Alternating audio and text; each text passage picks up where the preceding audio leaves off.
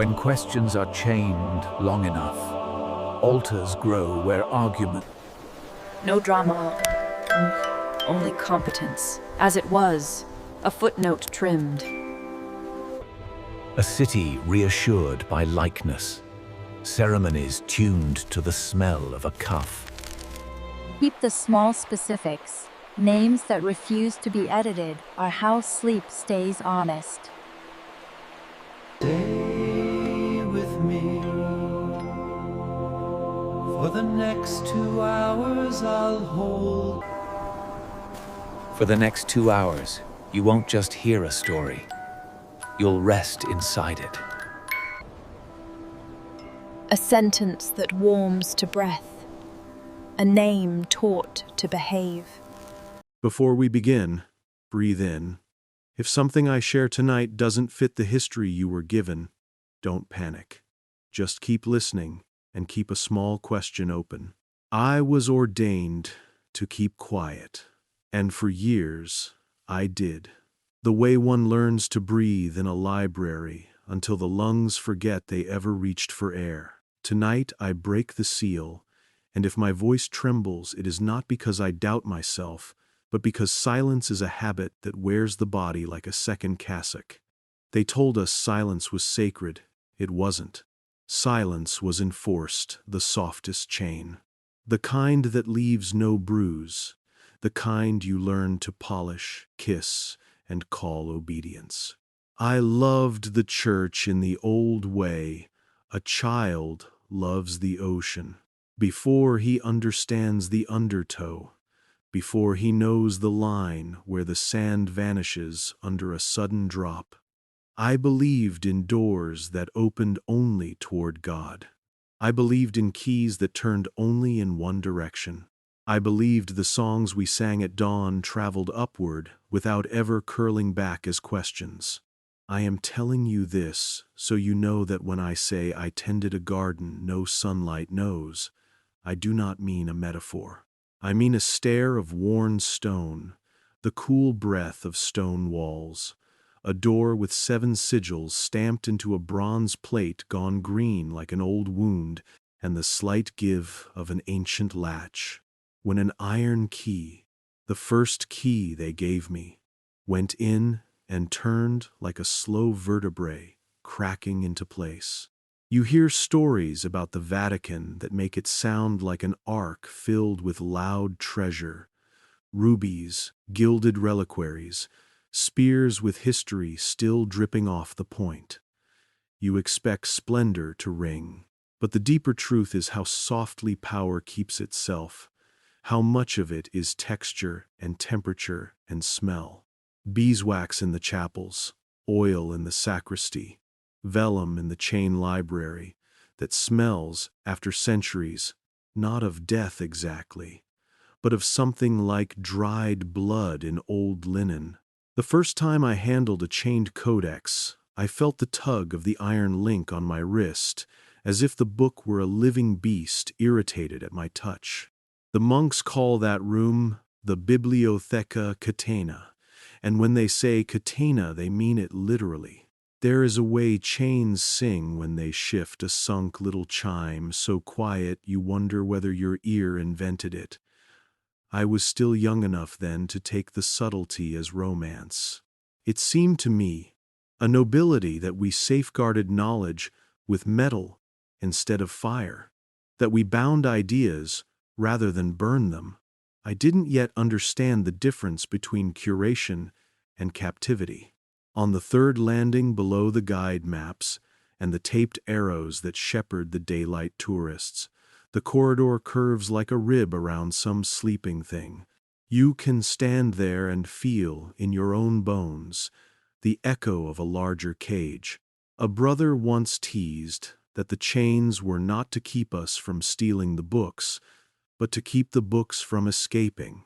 Everyone laughed, myself included, and the laugh sounded beautiful in the stone, like a stanza in a well-tuned choir.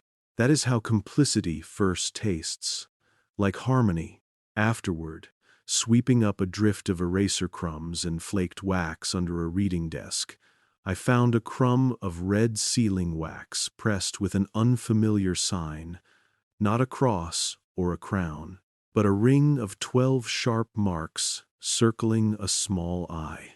When I pressed it to my thumb, I felt impossibly warmth. Later, I would learn to distrust anything that seemed to retain heat in those depths. Later, I would learn how certain temperatures endure not in matter but in memory, and how memory can be turned like a key wound, released, wound again until it plays a tune you begin to mistake for your own thought. I have been called a liar. I have been called worse by people who still cross themselves when they pass a certain hallway at night, though the gesture is now disguised as they rub the ache out of a shoulder. I don't blame them. When I first glimpsed the garden, I told myself it must be a figment, some theatrical mnemonic built by pious scholars in the nervous centuries after the printing press made theology portable and therefore dangerous.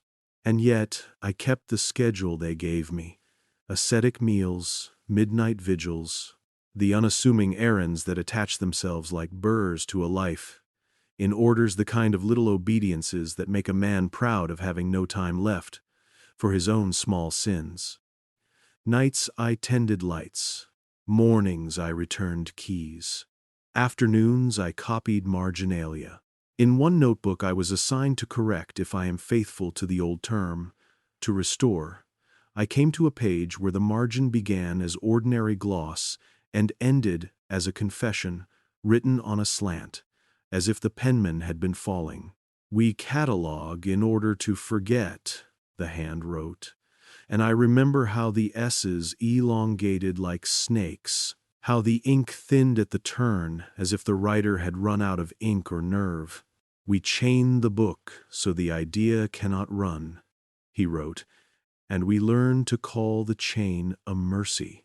The page had been threatened with a knife, the faint scored line still visible, and someone, centuries later, had chosen not to cut but to paste a patch over it. I dissolved the paste with a careful solution the archivist taught me, and lifted the patch. Underneath the patch was a drawing, a small wooden object, a music box, its lid carved with 2 wings folded like closed hands. Beneath, 3 words: Sista somnifera, sleep-bearing chest. In time that drawing would become a thing I held in my hand, my thumb finding the shallow tarnish where so many priests before me had steadied the lid. But before I say how it sang, I have to tell you about the door and the first time I used the iron key in earnest. There is ceremony to these things, official ceremony, with vestments and witnesses and phrases you learn not to improvise. And then there is the ordinary, unglamorous theater of maintenance that keeps the sacred looking seamless. It is an old trick of institutions to disguise the custodians as ghosts. We wore plain habits. Our steps were quiet not only by vow but by necessity. Waken the wrong brother, and you could interrupt an act that requires a precise interval of dark. The door to the garden, this is what we called it among ourselves, though the bookish term on the schedule was hortus somniorum does not advertise itself. If you were to stand where I stood the first night and sweep a flashlight along the wall, you would not see a door but an 8th curve in a hallway of 7. I learned to feel for the places where stone cooled unevenly, where drafts moved like thought, a little too quick to be caught as wind. I learned to listen for the way your own breath sounds, when space widens beyond the wall, more generous, with a soft tail at the end of each exhale. Then, 2 raps of knuckles in a pattern, the iron key lifting from a leather pouch, the admission of metal, the turning, the inward sigh. Let me tell you about the air. In the chapels above ground, the air is alert with incense, with beeswax and the faint powder of stone. In the garden, the air is old with its own intention. There are places in certain archives, in certain high libraries where the air is at ease with the human presence, like a room used to a particular family. This was not that. The garden's air remembered instructions. It had been told to hold, to hush, to cradle, and to chloroform, and long obedience had made it good at its work. I had been briefed, as one is briefed before an operating theater, that the garden was a mnemonic engine originally used to train the memory to hold long passages of scripture in an era when ink was dear and literacy rarer. The shapes of the paths, the statues, even the shadows at noon had been arranged to act as loci hooks on which to hang a verse, a doctrine, a story. That is the official history you will still be told if you ask politely enough. What you will not be told is when and why the engine was reversed. At some point men stood where I stood and asked how best to forget not sin, but sorrow, not error, but inconvenient instruction, not crimes, but names. I wish I could tell you these men were villains. Mostly they were tired. They had poems to finish and crises to survive and patrons to reassure, and a line of pilgrims in need of miracles. It is easier to edit than to argue. It is easier to wind a spring and let a song erase what it erases than to sit through every sleepless night that follows someone else's truth. I remember the angels first as shapes at the edges, wings folded tight like closed books, faces tilted down as if reading the grass. Later, when I dared go near, I learned their eyes were carved shut, lids smooth as river-rolled stones, lashes barely suggested, a carver's whisper. Around them the sundials rose like pale flowers, each dial setting itself to a different hour, all of them correct in their own small concentric worlds. I learned the pattern of their correctness. It matched a map in a chained atlas above a map of the zodiac with annotations in red wax, marks like tiny wounds. If I sound like a man who fell in love with an arrangement, you would not be wrong. There is a reason ideas become gardens. Symmetry is consoling. It tells the mind it can lay down its sword for a moment and still be safe. I suppose that is why the betrayal felt so gentle. Betrayal is expected to strike like a knife. When it arrives like a lullaby, we do not defend ourselves. The box itself is a small work of piety. Its wood smells faintly of some resin that refuses to name itself.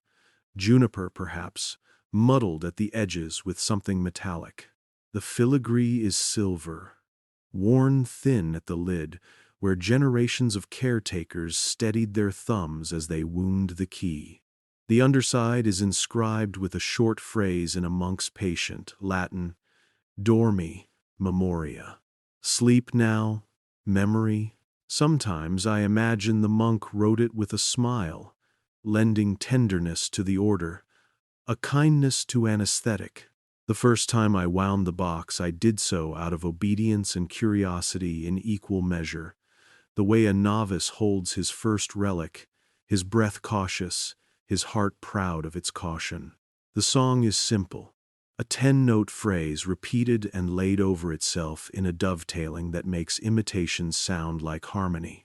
We were taught to place the box at the center of a round stone table and to begin the winding while whispering a psalm. We were taught to adjust nothing about the room, not the height of the candle flames, not the alignment of the astrolabe hanging like a sleeping planet, not the fold of cloth on the table's lip. To change one thing without the others is to break the geometry that persuades the mind to accept the suggestion. This too is a lesson. The most successful illusions are the ones the body craves to be true. I need to tell you something shameful. The first person I put to sleep was a woman older than my mother would have been if she had lived. She was not there under any pretense of malice. She was not a prisoner. She had asked to be freed from a memory that made her life a winter. It involved a name she could not stop repeating at night in the smallest voice. Her sister gave us that detail with a look that had seasoned itself into exhaustion. The rite we offered was not listed on any brochure. It was not sold. It was a courtesy the Church extended to those who had extended courtesies of their own, and it was framed, in our instruction, as mercy. We did not call it deletion, we called it relief. The woman's hands were so tender with age that when I touched her pulse it startled like a small bird. I positioned her chair within the geometry. I pressed a relic to the sternum, a splinter in a glass teardrop. As ordinary as the crosshairs in a surveyor's scope, I wound the box. The song rose so soft I felt as if I were listening through someone else's pillow. She fell asleep with her lips parted in the exact shape of the name we had been asked to erase. When she woke, hours later, she looked around with the blank gratitude of a person whose pain has been managed so well. She cannot remember the pain, only the gratitude. I blessed her. She blessed me. The sister cried without renaming the reason. We recorded the rite as successful. The page accepted the ink like a field accepts winter rain, without comment. If the story ended there, you would dismiss me as naive, and you would be right. But nothing ends at the first clean mercy. You do it once, and the success makes an argument of itself. You do it 10 times, and you begin to understand the cost. After the 50th, you hear a small hinge creak in your mind, and discover that a door has been opened into a corridor in which there are other doors. Some of those doors open onto rooms where the windows have been painted on the walls. In one such room I found the Ledger of Saints, a volume with a spine as stiff as judgment. The entries were neat, the script upright like soldiers, and here and there a name had been crossed out with a line so fine it looked like a hair had fallen and been glued to the page. Cultus suppressus, the margin read. It does not mean the saint never lived. It means the devotion has been suppressed, collectively encouraged to forget itself until the memory dulls like a blade sheathed under linen. I recognized 3 names whose statues I had dusted in small village chapels during my earliest assignments. It is a peculiar sensation to look at a page that does not know your memory still breathes. I ran my finger over one of the stricken names and felt not the scratch of the ink, but the grit of something else scraped paint, ash, and I had the first genuine thought of disobedience that had ever presented itself to me. It wasn't the thought to shout. It was the thought to keep a private copy. Before the night we turned the garden on me, I believed the box's song moved outward like water in a fountain touching petals, stone air leaving the fountain itself unchanged. I have since learned that anything that edits the world edits the editor. The Jesuit astronomer who taught me the geometry of the sundials had ink on his sleeves and a gentleness that made me trust him more than I should have. We were in the garden at an hour when the earth seems to loosen its belts. Just after midnight, the air collapsing into a truer cool. He asked me to sit at the table as a test of calibration. He told me to keep my eyes on the angel whose lid was carved with the shallow suggestion of lashes, and to count backward from an odd number that would not evenly halve to 0. He wound the box. I counted. The song braided itself into my counting until I could not tell whether the halting in my number was the song's syncopation or my own failure of attention. I do not know whether my eyes closed or the world arranged itself into a more intimate darkness, but I opened them into a room I had never entered, and yet recognized as the one between 2 memories you keep separate on purpose. The face of the first girl I loved, and the face of the woman whose pain I had erased. They were smiling, not at me but at one another, as if my mind had introduced them at last, exhausted from keeping them apart. I looked down. On the table was a calendar, not a page, but a small brass mechanism with wheels for days, months, years. The day of the week ticked past, the wheel clicking, and then the month, and then the year. Thursday. Then no day. Then Monday. And between them, 3 empty notches where a century could have fit. Perhaps 2, perhaps 3, if you were willing to compress the wars and the comets and the plagues into a sequence of agreeable ellipses. When I tried to count again, the number I reached for was no longer there. In its place was the feeling of having once known it, the way the tongue remembers a missing tooth. When I told the astronomer what I had seen, he did not offer theology. He said only this: "You have good ears." It is one thing to be told that history is edited by victors. It is another to feel the edit tug on your own days like a tide. After that night, I began to hear the box's melody in places where no music played, the soft mechanical lull in the turning of a page, the way a footfall disappears and leaves only a suggestion of quiet in its wake. The rhythm of a prayer said too often by a man who no longer expects an answer. I tested myself by walking the garden without the box, memorizing the angle of each sundial shadow at each hour, the tilt of each angel's wing, the exact place where the air thinned over the astrolabe as if ideas rose from it, the way heat does from a stove. It gratified me, in a way I am not proud of, to become expert at these measurements. Expertise is another kind of silence. It trains you to accept what you have mastered and to scorn whatever interrupts your clean lines.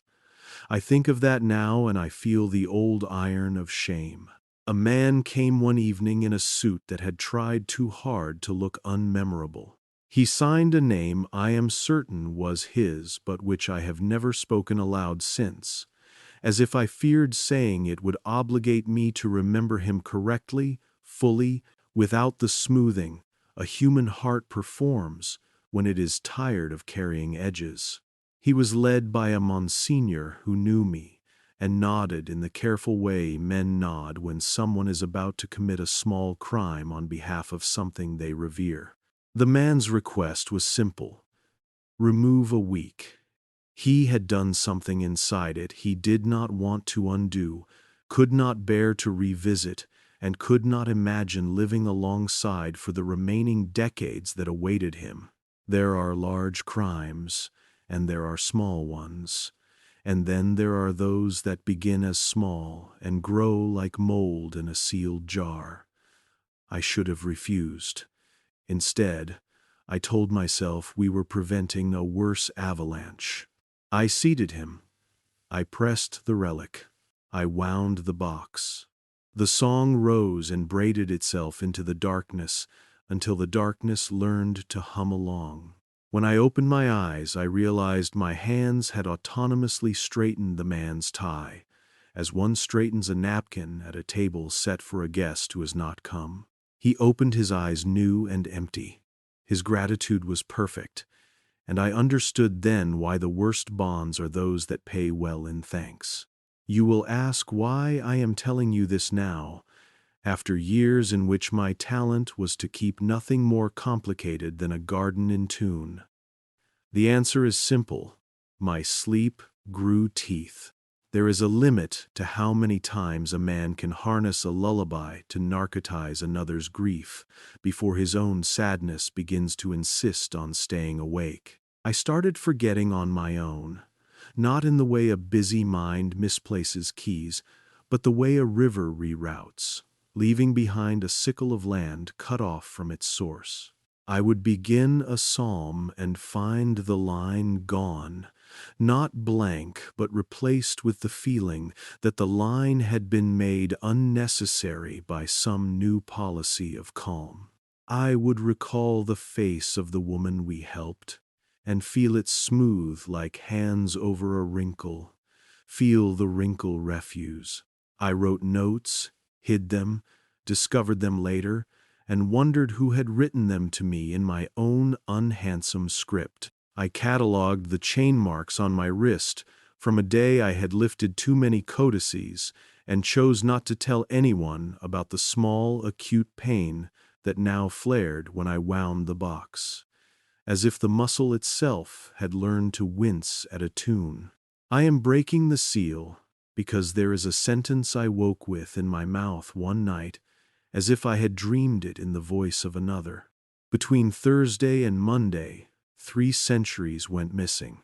It is the kind of sentence that sounds like poetry until you begin to count. The more you count, the more something inside you, a muscle, a hinge, hurts. If they ever teach you the difference between a poem and an indictment, remember this: an indictment leaves fingerprints on your hours. I began to test the city for absences. In a small church whose apse a young artist had painted with a sky that refused to match the local constellations, I found an inscription half scrubbed, the date corrected twice with 2 different styles of numeral, as if time itself had attended school in 2 dialects and learned to answer to both names. In the chain library, I found a drawer of masks, paper-thin molds of faces I recognized from portraits, labeled with reins that existed only when it was useful to cite them. The masks smelled faintly of smoke. Another drawer contained a set of pens whose nibs had been deliberately blunted, their job not to write but to age ink until it seemed older than it was. When I confronted the archivist who liked to joke in Latin, he shrugged like a man adjusting a cloak that has always hung heavy. "We don't lie," he said. "We curate. There are sentences you cannot return to a mouth once they have been spoken. I have told you enough to understand the mechanics, but not yet the betrayal. Let me give you one more scene. It is late. The garden is quiet in the serious way. A room gets quiet after a surgery that appears to have succeeded. I am alone with the box, its lid warm from my thumb the way a coin is warm after being worried too long. The angels look like men trying to remember a song they knew in childhood and cannot hum without tears. I wind the key. I do not place the box on the table. I hold it against my chest as if to pin its song where my heartbeat can learn it and fight it and finally carry it like a burden. I think I am testing myself, but really I am confessing to the only thing in the room that has ever listened to me without judgment. The song fits through my ribs as if it had been designed for this architecture.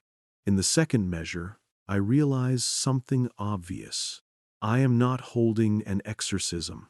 I am holding a lullaby for facts. The terms we used, exorcist, rite, mercy, were liturgical gauze. Underneath is a clock, and under the clock is a will, and under the will is a fear so old it has learned to pray in the voice of authority. This is the seal I am breaking, that I learned to call sleep sacred when really it was sterilization. That I learned to smooth the wrinkle in the fabric of memory and call it neatness. That I learned to wind a key and walk away from a man whose grief I had amputated. If you hear me as a traitor, remember that I am not asking you to forsake what you love. I am asking you to consider the possibility that love without questions is a door that opens only inward, into a room where the windows are painted on the walls. If your heart reaches for an objection now, let it. Keep it. We have been taught to apologize for doubt too quickly, as if curiosity were a sin greater than obedience without witness. I cannot teach you the geometry of the garden in a single night, And I would not if I could, because the geometry is a spell, and the spell is effective precisely because it is beautiful. I can only tell you the sound my life made when I finally stopped using the key as a crutch and began to hear it for what it was, a small metal admission that there had always been a lock. When you lie down after this, if you do, and the dark comes like a friend or a long patient enemy, you may hear what I hear sometimes. A 10-note phrase repeating, dovetailing, inviting your memories to loosen, to blur, to render themselves tidy.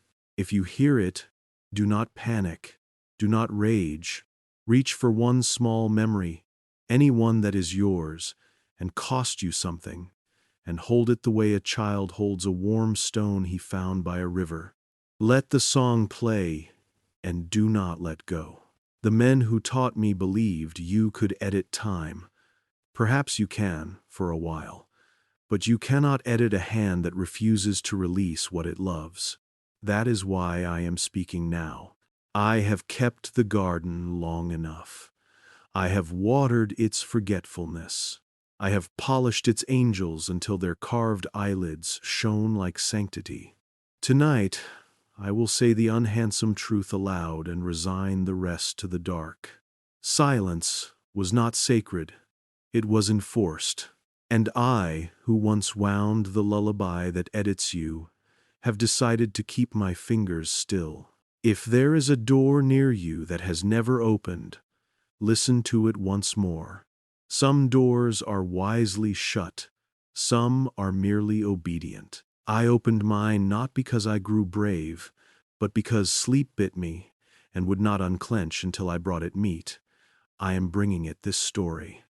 If it eats the story and grows hungrier, I will feed it my obedience next. If I am left without the habits that once kept me respectable, at least I will have my questions. They are, at last, awake. They trained us to go down in stages, the way a diver practices holding his breath against the increasing pressure, one step at a time so the ears learn not to scream. The first stair is ceremonial wide, clean, respectful of knees. The second is narrower, the stone polished by centuries of sensible shoes. The third feels like the throat of a bell, and if you speak there, your voice comes back thinner, as if something down below were already drinking it. After the third landing, there are no tour arrows, no silk ropes, no silenzio signs for visitors to ignore and photograph. After the third landing, there is only ordinary stone performing extraordinary obedience. Brother Luca gave me the iron key on a Tuesday afternoon, with the manner of a man who is lending a book he loves to someone he is not sure will return it. You will be tempted to hurry, he said, as if speaking of sin. Do not. The garden does not greet haste kindly. He did not say, or it will punish you. He did not need to. He showed me the leather pouch with the brass mouth that always smells like an old coin and the scrap of linen we use to wipe the key after it has kissed the lock. There is no parable here except the one the body recognizes by instinct. Wipe what you handle, return what you borrow. The sacred is often indistinguishable from the fastidious. Past the third landing, there is a corridor that curves as if following a rib, and in that curve lives the first door, a door you cannot see until you learn to feel it with your hands because sight is too proud for certain truths. The iron key fits a keyway that has survived more hands than any single name in our files. The metal warms instantly, as if recognizing a throat it has sung in before. Turn, press, yield. The lock signs its old pact. The air lowers its tone. The absence of draft is itself a climate. And then there is the room every roomer pretends to know, and almost none names correctly. The chain library, which is not a library in the usual sense at all, but a geography of restraint. The first impression is sound. Not the clatter of chains, but their small grammar links, barely tapping wood. A sigh from iron when a book is drawn to a lectern and the chain settles into a longer catenary. The second impression is smell. Vellum that has breathed out its animal and kept the ghost, binding glue that has turned the color of weak tea, wax and oil, a mathematical hint of mildew, obedient enough to pass for history. The third impression is weight. It is not only the weight of the books themselves, which any porter could explain, it is the weight of decisions fossilized as protocol. You feel it in your wrist when the chain checks your reach. You feel it in the way your eyes are coaxed to accept that knowledge should move only as far as a clerk's arm. Do not picture a dungeon. The chain library is a handsome room, full of carpentry that has survived monarchies and microfactions and a half-dozen new ways to lie in public. The desks are arranged like pews that have shuffled into the shape of a map. The daylight that used to visit through wells and light shafts has long since retired to a higher floor, but the lamps are positioned in a geometry that pretends to be sunlight and nearly succeeds. When you sit with a chained codex, you sit inside a kind of machine. Wood, iron, lamp, page, eye. You become an organ through which the old world continues to breathe, and it feels honorable until you remember how a bellows works on a fire. Brother Luca showed me the register that allocates our time among the desks. Even allocation is the first lie in any bureaucracy. Some desks are warm with recent study. Some sleep under a dust that blooms again the moment you wipe it, like doubt in a converted mind. At desk V for Virgo, though no one says so aloud, I met the Atlas of the Zodiac, a folio whose pages are thin as the conscience of a politician. The constellations were rendered not as animals or heroes, but as instruments, compasses, astrolabes, armillary spheres, and in the margins notations, in red wax. Notations the color of a wound that scabbed neat. The wax had impressed into it a ring of 12 nicks around a small eye. I had found such a crumb once under a desk and warmed it without knowing why. Here were whole sentences sealed with that old ocular wreath. Luca watched me reading and pretended not to. A tutor knows when his student is adopting a habit he cannot unteach. At desk L Libra, but again, hush. I met the Ledger of Saints, a volume that lists devotion like a tax. The hand was so regular it might have been set in type if you didn't know that certain kinds of truth are too skittish for machines. Names marched, dates saluted. Here and there a name had a hairline cross out, and in the margin the phrase cultus suppressus, devotion suppressed, written in a hand more intimate than the main script, like a judge whispering after the verdict. I ran a finger along one such line and felt grit, the remnant of a pigment scraped from a fresco somewhere far away, as if the page had been salted with the dust of a statue quietly removed from its niche at dawn. At desk C, Capricorn, a cabinet of masks, paper-thin casts of papal faces with notes clipped to their chins, regnal names that never canonically occurred. Bulls drafted for contingencies that eventually preferred to stay hypothetical, documents aged with smoke and patience, so they could be whisked from the future into the past on a day somebody powerful required a pretext.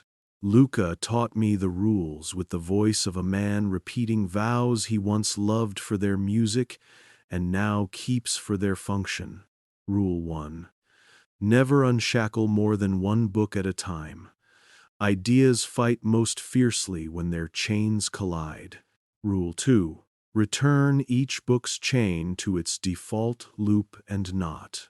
The chain remembers, and a chain that feels dishonored will catch your sleeve. Rule 3. If you find a palimpsest scraped too clean, consult the black notebook in the second drawer. The solvent is listed only in periphrasis. Learn to read a recipe that protects itself. Rule 4. When you encounter a date that feels wrong in your bones, check the calendarium innocentiae, the calendar of innocence, which is innocence in the Roman sense, not purity, but absence of guilt, achieved by erasure. Rule 5. If the garden rustles, wind the box. He did not say, and do not ask why. He did not have to.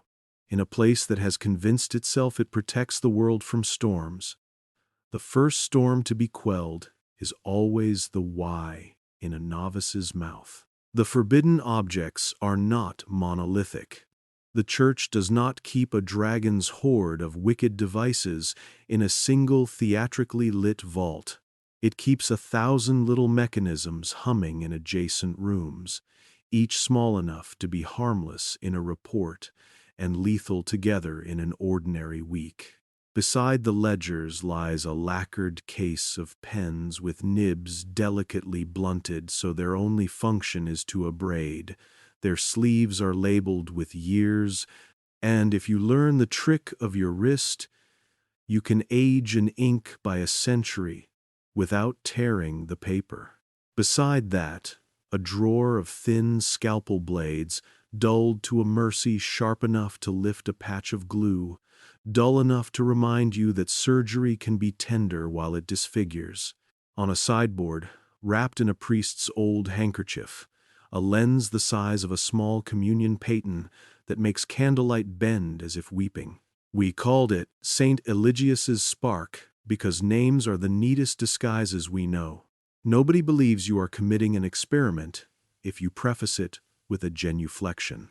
In a cupboard no bigger than a confessional, between a box of unblessed rosaries and a crate of retired thuribles, you can find the speculum poenitentiae, the confessional mirror framed in gloomy walnut, its glass so finely quicksilvered that a face appears softened in the moment before it clarifies, like skin deciding whether to blush. The rumor is that this mirror remembers expressions rage, fear, the small relief of surrender, and if you ask it the right question at the right time of night, it offers you a face it has kept for someone else who would prefer not to be recognized. I have asked it questions. I will not tell you the answers. Some facts are too eager to be believed. I have learned to starve them until they grow honest. Lower down, through a door disguised as the 8th curve of a 7-curve corridor, is the workshop where reliquary clockwork is tuned. The casual pilgrim sees only the gilded cases in the halls upstairs. The mechanism lives below and refuses modesty. Cogs in ecclesiastical brass tick, with the patience of arguments no longer interested in winning. On one wall, a calendar wheel marked with movable feasts. On another, a smaller wheel for the Ferie, and beside both a private dial, with increments labeled in a hand that isn't any script I recognize, for days that do not wish to be seen at all. Brother Matteo tends this with the tenderness of a man grooming a dangerous horse. The room is loud in the way the sea is loud. 1,000 small insistences, one voice. Matteo taught me to feel a misalignment with fingertips alone. When the box plays near the clock, he said, you do not watch, you listen. The second hand hesitates. It confesses. He said confesses, the way an old surgeon says, bleeds. A normalcy, both necessary and impolite to describe over bread. Between these rooms runs the spine of the place. A staircase that smells the way an oaken pew smells after a rainstorm has visited briefly through a cracked window. It accepts the weight of men who think themselves lighter because their pockets carry only keys and instructions, not coins. The staircase widens again at the level of the Cartographia Vetus, the old cartography, where maps live like prophecies that refuse to learn humility. I have seen a coastline drawn 2 centuries, too early, in a hand no one has successfully attributed, and I have watched a senior archivist touch the line with the pad of his finger and smile like a sailor, closing his eyes to feel wind on scar. The map's margin bore a note in a severe italic: Iter inventum est, annus inventus non est. The route is discovered, the year is not. Beside it, a partial globe etched with 12 tiny animals was annotated in red wax, with prohibitions that sounded like horoscopes written by a censor. No voyages under the crab, no announcements under the archer, no calendars printed when the twins quarrel. The wax bore again that ring of 12 cuts circling an eye. The eye stared without the courtesy of blinking. I have never seen a circle refuse completion so politely. Not all objects that matter are labeled. In a drawer that had forgotten its index card paper gives up long before iron or stone, I found a set of memorial pins, each the length of a small nail, each capped with a head stamped with a sigil, a bell, a broken wing, a small book bound shut with a belt. Their purpose was not recorded, which is how you know they were important. We used them once in an experiment we called a rehearsal, a petitioner in the garden, the music box on the table, the pins arranged along a path of shadow as if marking constellations fallen to earth. The song ran outward like water, touched each pin, and the pinheads warmed so quickly I blistered my finger when I tried to pluck one up. Marking, Matteo said later, when I asked what the pins had done. He would not say what they marked. Men here keep their sentences narrow, like alleys that discourage crowds. Allow me to commit a small treason against my own love of precision, and tell you that the objects begin to speak to one another if you visit them too often. The dulled scalpels gossip with the palimpsests. The blunted nibs correct the masks. The lens teaches the clock a trick of bending. The calendar of innocence lies absolutely still on its stand, the way a body lies still when it is tired of being examined.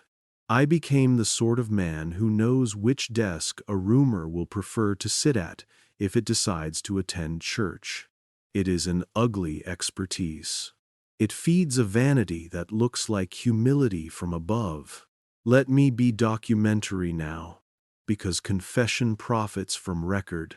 The calendarium, in essentiae, indexes feasts that migrated later than they admit, and cross-references them with emperors whose reigns exist in orphan years. The ledger uses a system of marginal glyphs, a barley stem for a devotion demoted to folklore, a fishbone for a feast collapsed into local custom, a knife, small, shyly etched beside entries that were not removed but reshaped and then reattributed to a more acceptable patron. In the chain library's index of indexes, there is a code letter that does not appear in any alphabet I was taught, and next to it a number that never exceeds 12. 12 is a comfort. The mind prefers a dozen mysteries to 100. The hand prefers a circle to a crowd. The ring of 12 cuts around the seal's small eye. This too is comfort. A man who thinks he has counted the problem to its edges will stop counting. The Exorcist Music Box, the sleep-bearing chest, the old monk sketched on the hidden page lives ordinarily in a glass cradle lined with velvet, the color of clerical wine. Its wood is seasoned to the point where the grain refuses to take polish. It is as if an older shine has sunk beneath the surface and grown modest. The key is a curl of iron shaped like the seed of a fern, or the question mark every catechism tries to soothe. The axles inside do not ask me to show you.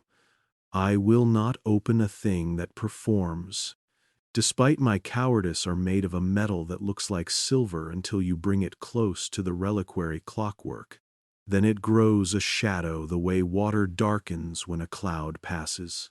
We wind it with a ritual that pretends to be superstition in order to hide the mathematics it is built on. 3/4 turns, a pause the length of a slow prayer, 1/2 turn, a second pause, while the hand holding the key is shifted from thumb to forefinger, and then the last 1/4 turn, that is not quite exact, but which we make exact by faith. Nothing in this place will admit it owes anything to luck. Everything calls itself providence until you listen closely enough to hear the gears. There are other instruments I am obliged to mention if I am to be fair to my younger self, who loved the inventory because it felt like guard duty at the door of meaning. A box of inks prepared by a chemist in a habit, browns that age into black, blacks that green into irony, reds that pretend to have come from berries and do not, blues that refuse to bind to certain parchments, so that the words written in them lift cleanly when you call them with a damp brush.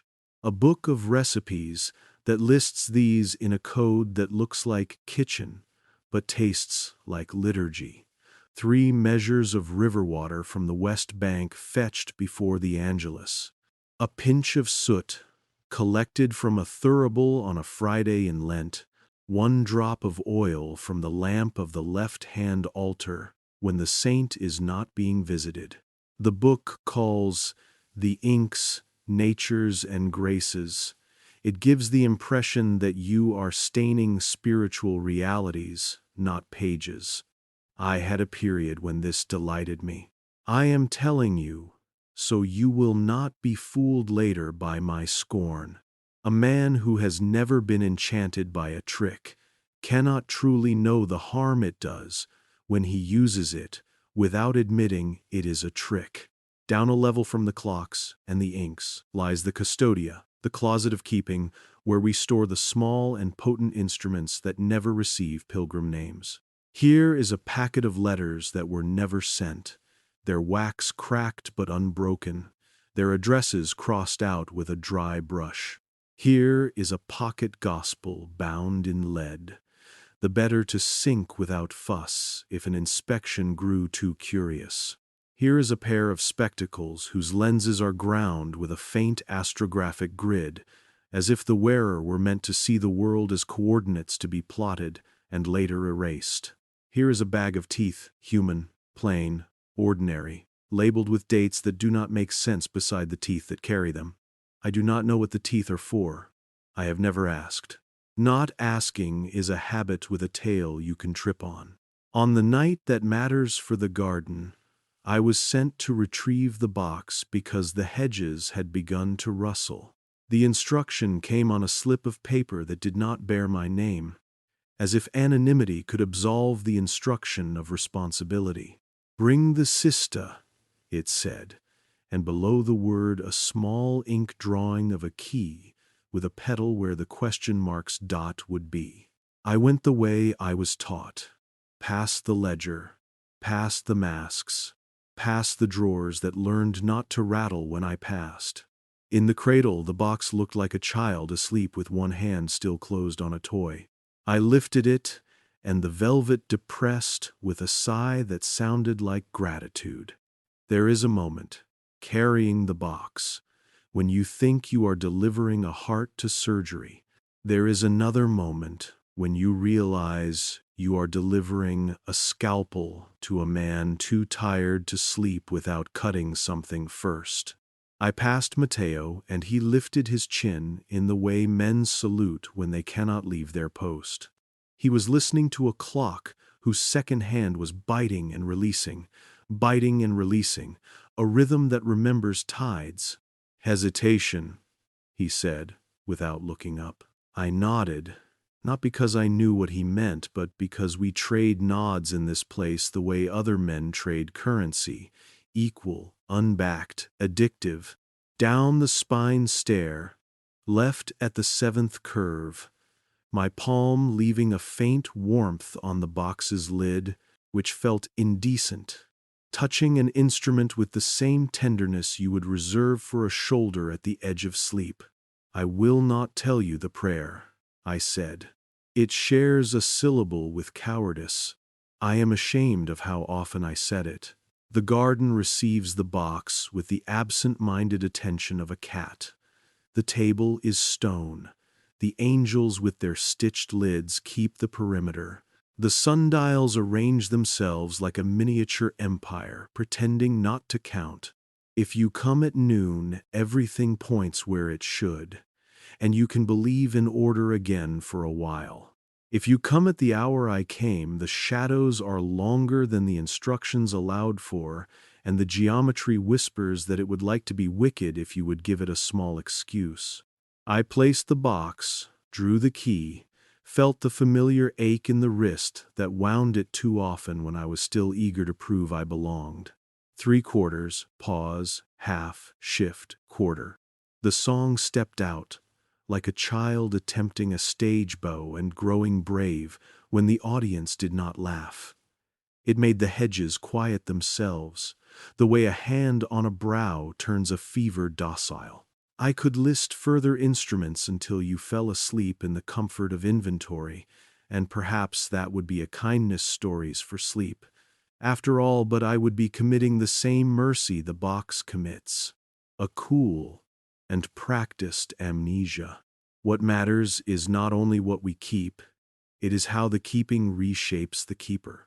After months of visiting the chain library, I began to carry myself like the desks, sturdy and reluctant to be moved. After weeks of tending the clocks, I began to hear the second-hand small trial before its leap. In my conversations, in my prayers, in my excuses. After days of winding the box, I began to dream in 10-note phrases and wake with the taste of tin at the back of my mouth, as if the lullaby had left filings behind. There is one object more that belongs in this chapter because it belongs in the descent. A small black ledger I kept in disobedience.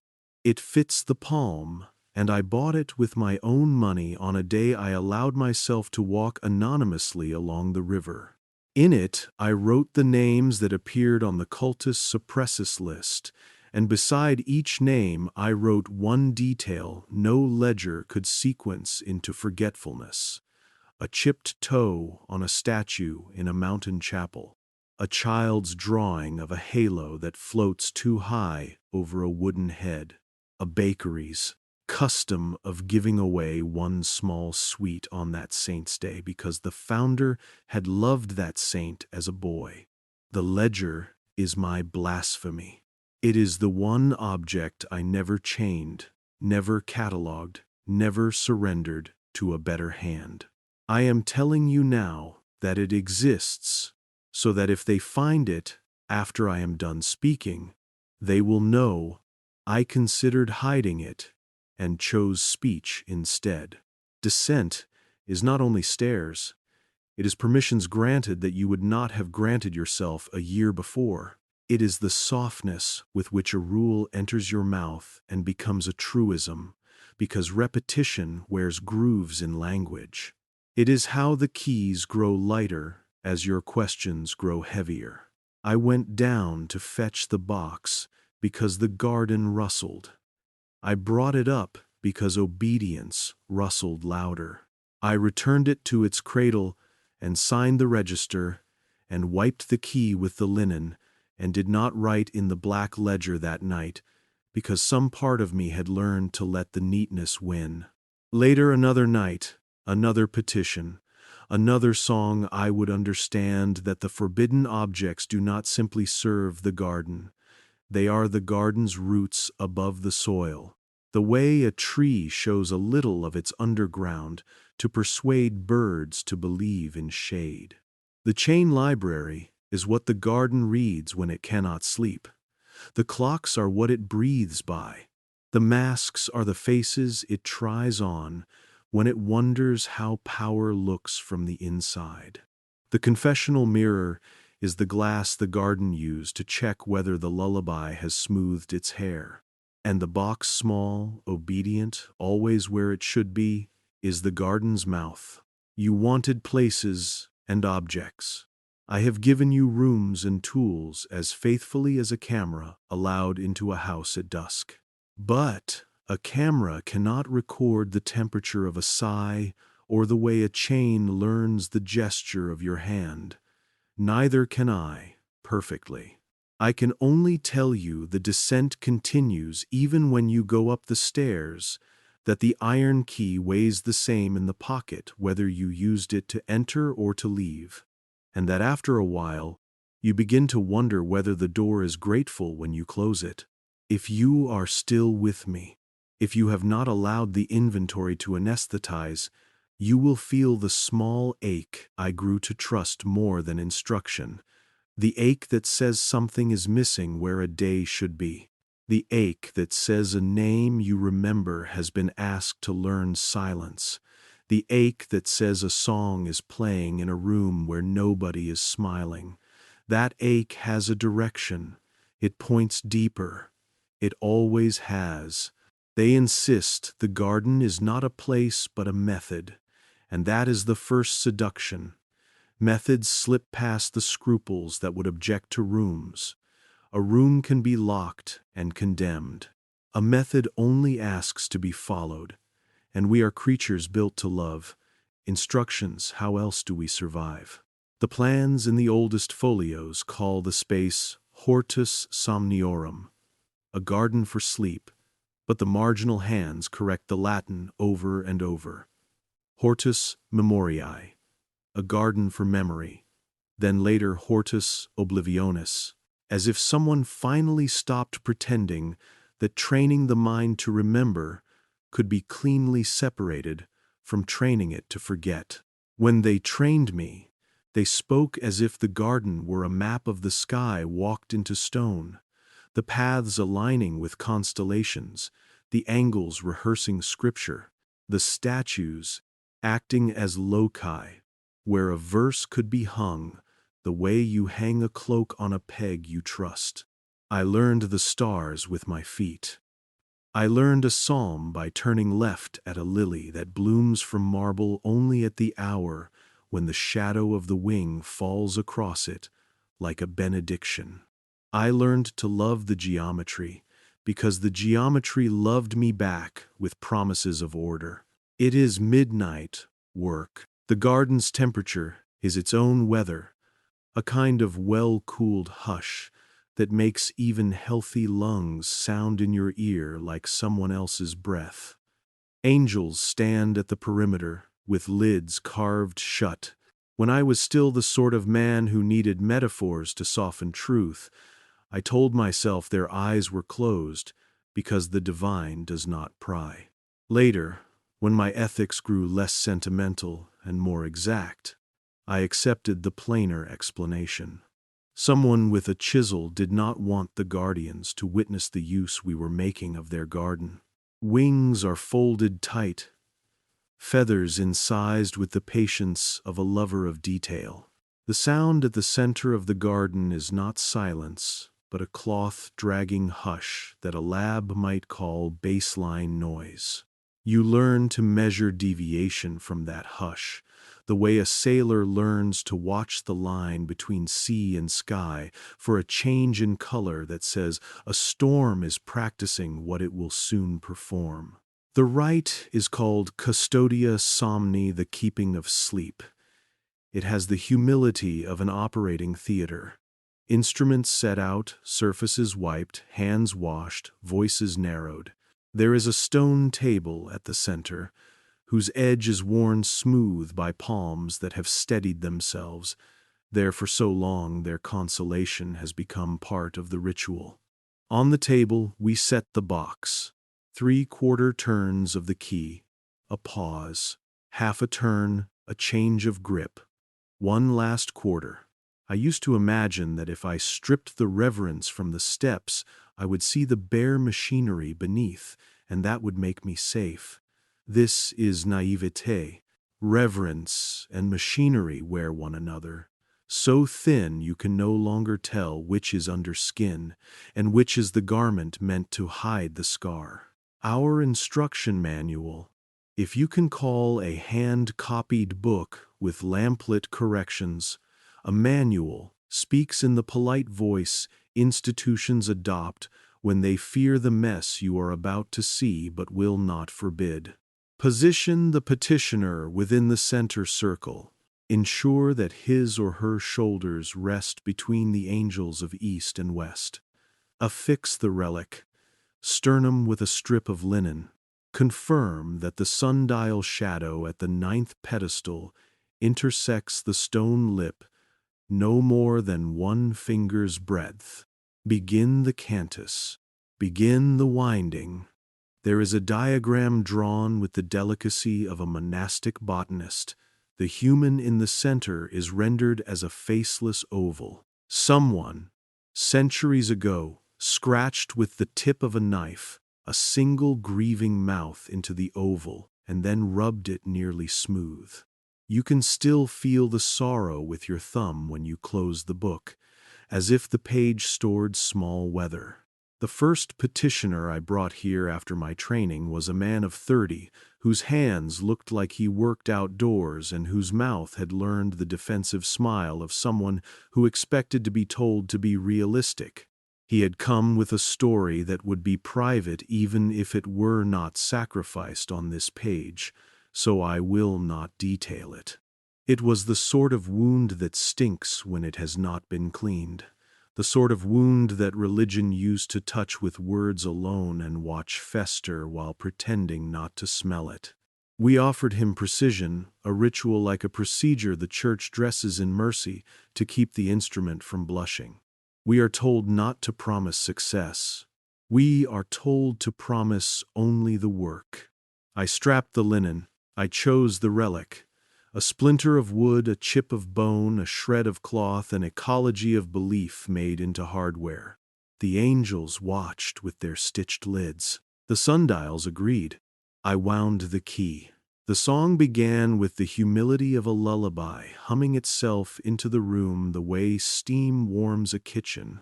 It had a 10-note phrase I have described before, but its effect multiplied itself in ways I had never felt above ground. The hedges, which at rest have the obedient shiver of leaves in a gallery where no one speaks, learned the rhythm and made a soft hush of it, like a congregation practicing assent. The sundial shadows advanced half a degree and stopped as if surprised at their own compliance. The petitioner's face, which had been arranged in the practiced slack of men who would like surgical miracles without admitting to wanting them, softened. For the record, for the documentary voice that will be accused of sentimentalizing this night, there is a mercy here. It would be dishonest to pretend there is not. If science is a tool, then mercy is a pressure the tool exerts on the heart. And mercy, like pressure, can cauterize or crush. The rite's second step, seldom written, always spoken in low voice by brother to brother, anchor an ordinary memory. The theory is that the mind, like a harbor, needs one honest mooring if you are to safely tow a heavier vessel in or out. I asked the man for something he could bear to hold, without it tearing a detail so small the song might not want to eat it. The color of the enamel cup on his mother's kitchen shelf, the exact distance between the window and the stove when he was 8, the smell when the bus opened its doors on winter mornings. He told me the cup was blue but whitened around the rim where fingers taught it to belong.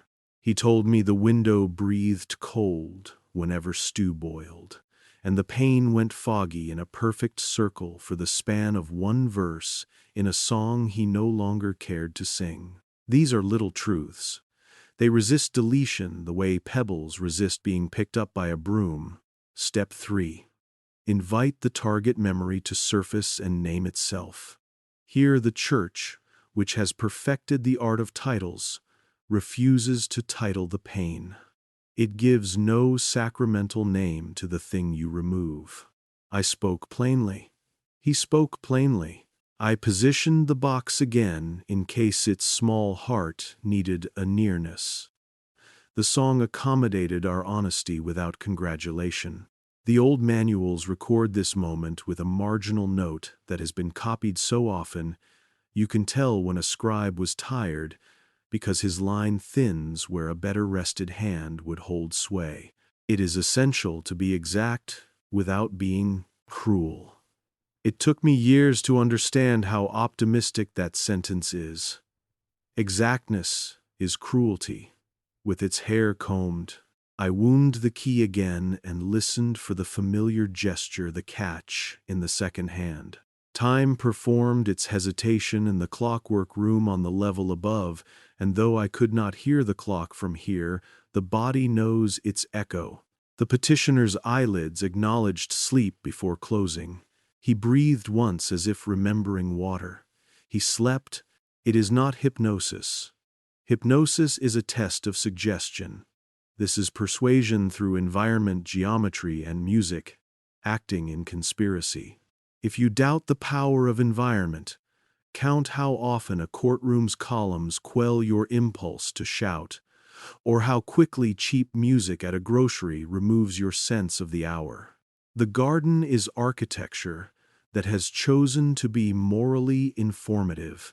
The angels stand like closed books. The paths insist on their curves.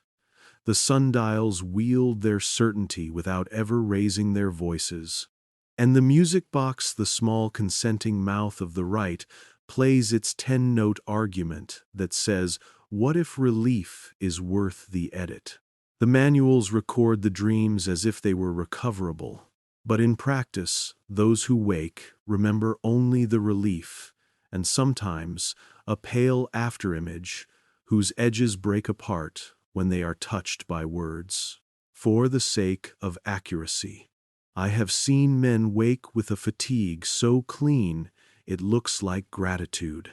I have seen women wake and search their pockets for a note they left themselves, and I have watched their faces when they find no pockets at all. I have seen an old woman wake and ask for a glass of water without the name she came to be relieved of catching on her tongue like a hook. I have watched people sleep in the center of our geometry, with their vulnerability exposed to strangers and institutional mercy, and I have known that I could walk out, and they would still be in that chair, in that angle of this garden, in that year of a world where the dates can be taught to slide if you sing to them just right. If there is a God, He does not blush more easily than I do. He sees what I did, and what I failed to do, and what I named a kindness so I could sleep. Perhaps He sleeps too. I have made peace with not knowing. What I cannot make peace with is this: the night I became the petitioner. It was a calibration, Matteo said, a test of the room's fidelity. Brother apprentices submit sooner or later, he argued, the way a pharmacist tastes a grain of his own salt to confirm it is still salt. He had ink on his sleeves, and that made him trustworthy to me. A fool who believed stains proved humanity. I told myself it was scientific to lie on that chair I had positioned for so many. I told myself it was humble to become the subject of a method I hoped to understand better. I sat, thinking, I will resist without resisting. I will observe myself, observing. I will be a clear glass for a fog to write in and then wipe clean. The arrogance in that sentence is the sort that smiles as it forgives itself.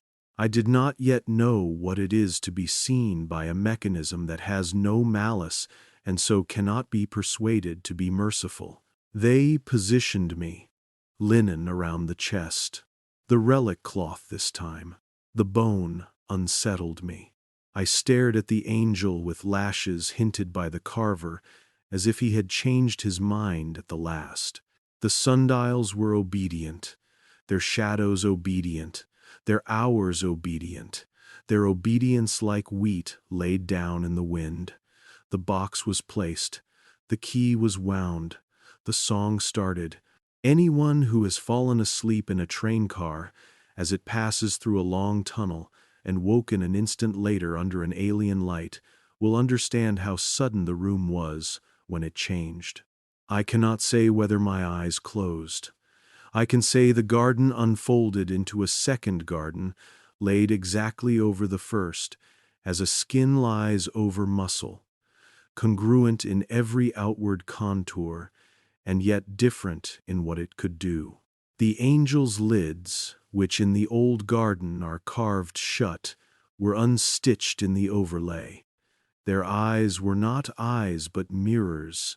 What they reflected was not my face, but scenes moving backward, as if a projectionist had decided to test the rewind. The sundials did not move forward, but unfolded their numbers like a fan, and between the Roman numerals ran a second sequence in a script we never learned aloud, but which all memory recognizes when it is under pressure. The sequence of days that are not counted in public. The table beneath my hands replaced its old stone cool with a new and intimate warmth that felt like a pulse. My elbows found a groove my own elbows had worn, though I had never before rested exactly there. I looked down and saw a calendar wheel like the brass toy Matteo kept upstairs, only this one had no engravings, only shadows, as if time were in the habit of writing itself in pencil until someone orders ink. The day of week wheel jumped in the way a fish does when a shadow passes above the water. Thursday. A pause. Then, not Friday, no day, but a thin gray trough, where something had been and been made to submit. Monday, afterward, felt calmed, as if the weekend had been a fever that broke. I reached for an objection and found it preemptively soothed out of shape. This is how the box works. It writes a tolerance into the rhythm of your questions.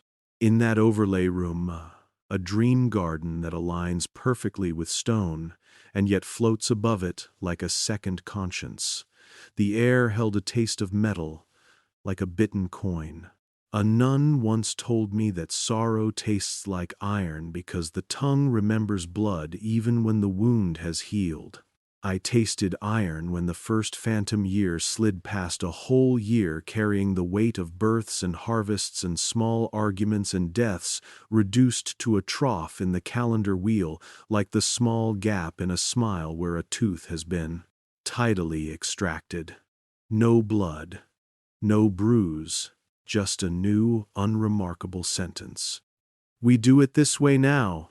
The angel's mirrors gave no sermon. They showed faces losing their edges, statue saints with names sanded down to a nickname, monarchs whose regnal numbers reversed like an arithmetic the teacher no longer stands by, a scholar whose diagram will be renamed ornament. For a second, a fresco woman reached up, the fresco itself lifted like a skin, and I saw under painting. A sixth finger under the blessing hand, then a blade scrape, then rectification, then the new devout four-fingered world nodding to itself in gratitude for tidiness. And then the box offered the memory it had been waiting to test itself upon. My mother and I will not write to you a poem here, because she is not a device, my mother. In the kitchen with the cup that was blue but whitened at the lip where fingers taught it to belong, turning to say my name with the voice of a woman who learned to pronounce confession before she learned to save a child from a house whose kindness wears thorns. The box did not lunge. It hummed. The hum promised relief. The hum offered an edit If this pain can be made to step aside, the hum suggested, look how easily your life will walk past without scuffing. I had trained myself to be careful of bargains. I had not trained myself for bargains that sound like lullabies your better self would sing. There is a countermeasure we were taught but not encouraged to use. Anchor, anchor. Anchor 3 points, so the geometry cannot pivot you into somebody else's mercy. I reached. The smell of beeswax about to bloom into smoke anchor. The faint powder of stone that lives on your fingertips after a day among ledger's anchor. The small notch in the second baluster, counting up from the third landing anchor. The song found these and did not bite them. It bit the spaces around them, persuading me that anchors are indulgent, that to be a useful man is to stop clinging to tiny rocks when a current is trying to deliver you to a smoother sea. I have made many mistakes, but I will not add to them by lying here. I considered letting go. What interrupted me was not heroism but pettiness. I heard, inside the music, the smallest smugness, the sort of pride a good clerk takes when the ledger balances after he has moved 2 stubborn numbers into a column where the sum makes nicer company for the paragraph. It is no crime to want things to add up, but there is an arrogance particular to men who achieve neatness with other people's lives. The music grew briefly proud of how well it could smooth, and my body, which had been trained since boyhood to resent men who perform order at the expense of what breathes, stiffened. The angel with the hint of lashes did not open its eyes. They are stone. Do not let anyone tell you stone cannot stare. But I saw, in the mirror that had replaced that face in this overlay, a boy stealing bread and a clerk's hand. Elegant, crossing out the boy's year in an office where winter hangs its coat because it knows it will be asked to wait. The clerk's hand tasted like the music. I felt the heat of a very old anger, and I gathered it the way soldiers gather coals in their hands when the warmth will burn them if they are not careful. I said the one prayer I have that never felt like apology. Not this, not this, not this. 3 negations to match the 3 anchors. The song changed keys. The wheel hesitated. Something someone once called Friday looked at me like a drowned man who does not understand surfacing and then slid away. The experiment does not end with the music. The manuals instruct a refit of context. After a deletion or a dulling, the words are used interchangeably, which will make whoever studies us in the next century either laugh or retch. We are to replace the emptied space with anodyne narrative. Not lies, never lies, our pride insists, but quieter connections. He was away. She fell ill. The press made an error. The painter had no assistant. The emperor delayed. We are told to speak as if the chain were always there, and the chain remembers what we ask it to remember. It is elegant deceit in service of peace. Perhaps every state performs it. Perhaps every family does. Perhaps God looks aside when we do it, just as I did when a masked donor asked me to remove a week. Elegance, however, teaches a long obedience to itself. One day you wake and realize you would rather cut beautifully than heal badly. That is the day you are lost. When Matteo woke me, as if waking were a favor, my tongue felt rinsed with metal, and at the roof of my mouth I tasted a notch where the key's shape had pressed itself when I clenched. I had sweaty prints at the edge of the stone table, prints that evaporated almost at once, the way a lie evaporates when nobody in the room requires it to be repeated. I could not speak for a count of 20 heartbeats. When speech returned, it arrived in the form of a sentence I had not authored. Between Thursday and Monday. 3 centuries went missing. I must have said it aloud because Matteo wrote it in his small, tidy book and pretended not to see that his ink blotted at the final S, as if the nib had chosen to reconsider. He said, "Good ears." I wanted to strike him. Instead, I said, "How many? How many ears?" He asked, because if you state a thing with enough deadpan, you can sometimes persuade a man to file his pain under humor. "How many days?" I said. "How many years have been taught to be troughs?" He rolled his sleeve to wipe the box's lid, and I saw scars the exact width of the key between the bones of his wrist. "Enough," he said, "that our calendars match our devotions. This is the experiment the garden has rehearsed for so long it has forgotten. It is an experiment and learn to call itself a tradition. Apply a tune and a geometry to a mind and watch it soften where instructed. Then adjust the clocks above so the world's measurements accommodate the softened spot.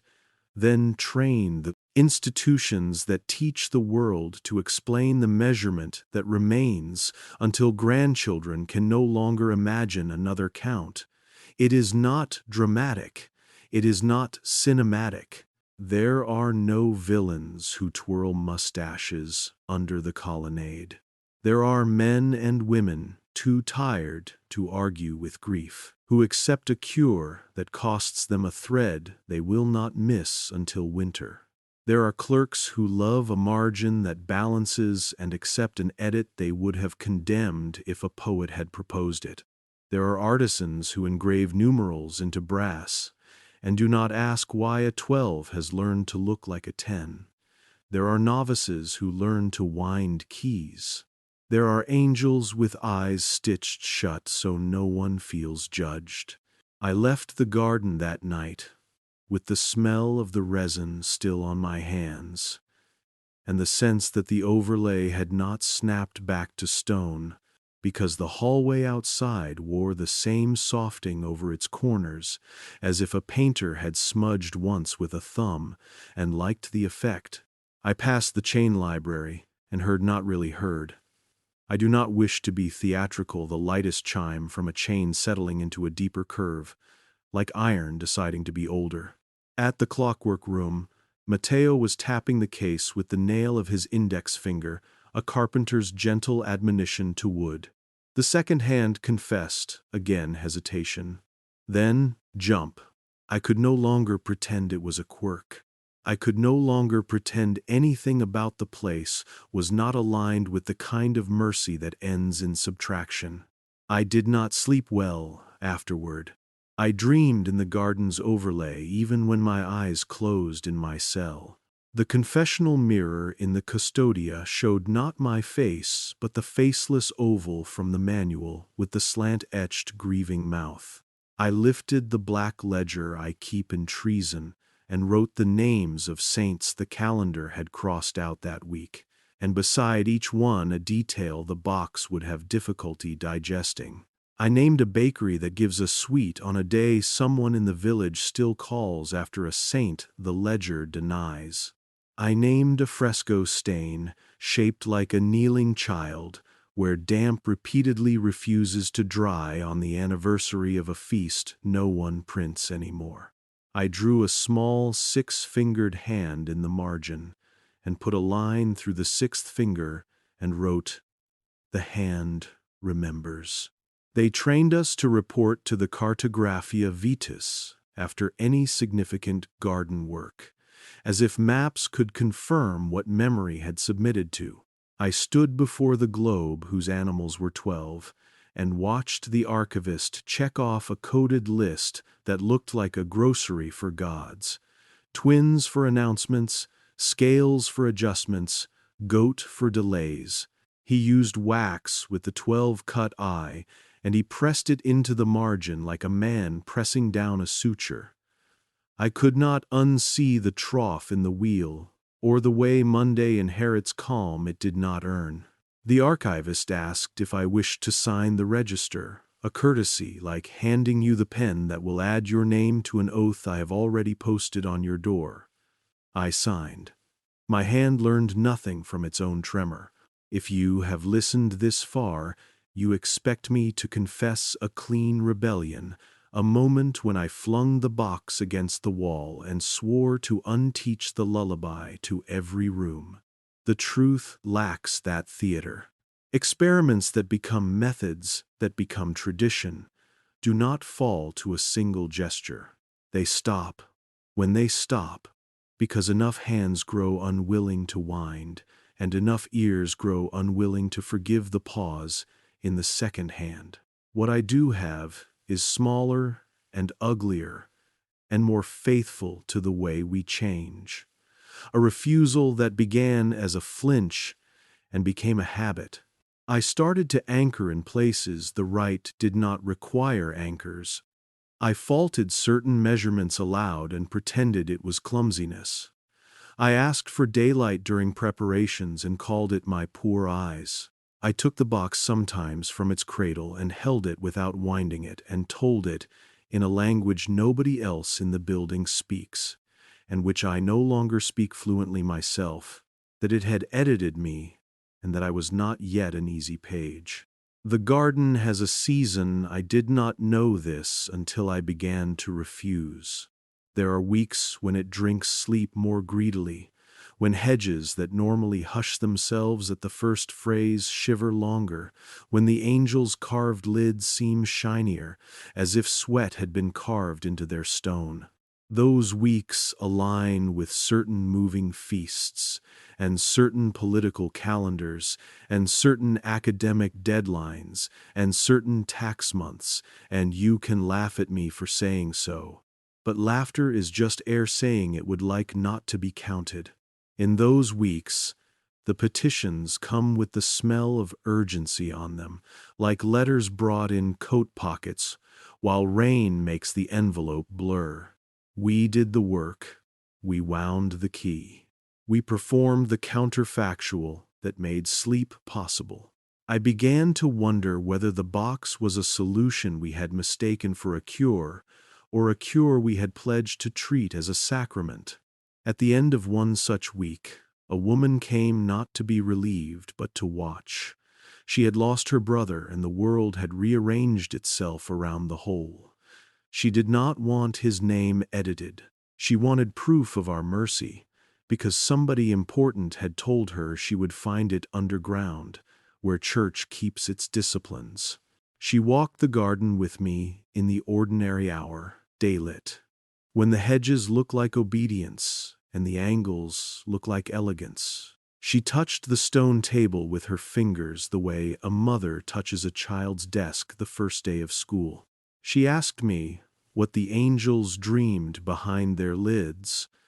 I lied and said, "They do not dream, they guard." That night I dreamt the mirror eyes again, and this time the mirrors did not show rewinds or troughs, but a very small thing trying to live under a clock. A sound like a human name being spelled slowly by a tired mouth that refuses to shorten it. I woke and knew that the experiment had been too successful. It had taught the world to stop resisting. Now it was teaching me. I tell you this because the chapter you asked for is the experiment, and it would be dishonest to record its steps without the effect it has on the man keeping the steps. If the garden were only a room, we could lock it. If the box were only a device, we could break it. But the geometry breeds in the mind once you admit it, and the music's dovetailing repeats itself in your reasoning until you begin to prefer arguments that promise smoothness over truths that require new furniture. This is how memory is governed in nations and marriages and universities and parish bulletins, by a preference for the unwrinkled. The experiment is not evil. It is efficient. You cannot indict efficiency. You can only refuse to use it on what you love. The men who built the garden were not villains. The men who reversed it were not monsters. They were caretakers who mistook quiet for healing and tidy for true.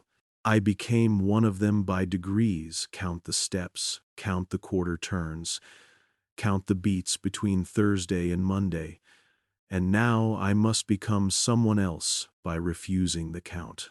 If you need a conclusion, take this. The experiment works, and it is wrong in the way only successful things can be wrong. If you need a fact, take this. The box will not sing unless a hand winds it, and I have begun to keep my hand still. If you need an image, take this. An angel with stitched lids, whose stone has been polished by centuries of dutiful dusters, shining now. Not with sanctity, but with the oil of so many fingers that all believed they were cleaning. The rest of this story will ask what happens when a method loses its attendance, when a room grows to love its echo more than its function, when an institution discovers it cannot wind its own key. But that is later. For now, remember this place, as I saw it in the overlay when I was the subject under the song. Mirrors for eyes, a calendar that leaves troughs at will, a garden whose hush is not peace, but anesthesia. If you ever stand in a room that invites you to stop hurting by accepting a smoother truth, ask for a small, ordinary memory to hold the cup on the shelf, the fog on a single pane of glass, the notch in a baluster. If the song tries to take those, it has declared itself. If the song leaves them, hold them tighter. The experiment despises pebbles. Pebbles jam its beautiful gears, carry a pocketful. The room where time is tuned pretends to be a workshop. That is how you hide theology in plain sight. You give it benches and tools. You stain the aprons with honest grease, and you teach the faithful to call precision a virtue until the virtue forgets to ask what it is calibrating. I first learned the hesitations of the second hand in Brother Matteo's care, his ear tilted toward the case, his index nail tapping once, twice, a third time on the brass, in a rhythm he called the mea culpa of gears. A good clock confesses, he told me, meaning that any mechanism reveals its strain if you are patient. We were already using the wrong pronouns. Our clocks were not confessing. We were. The reliquary clock's face is a sermon in metal. 12 Roman numerals engraved with the patience of someone who believes in the pedagogy of neatness, a smaller dial nested in the 6, tracking the fairy eye with a stubbornness that looks like humility.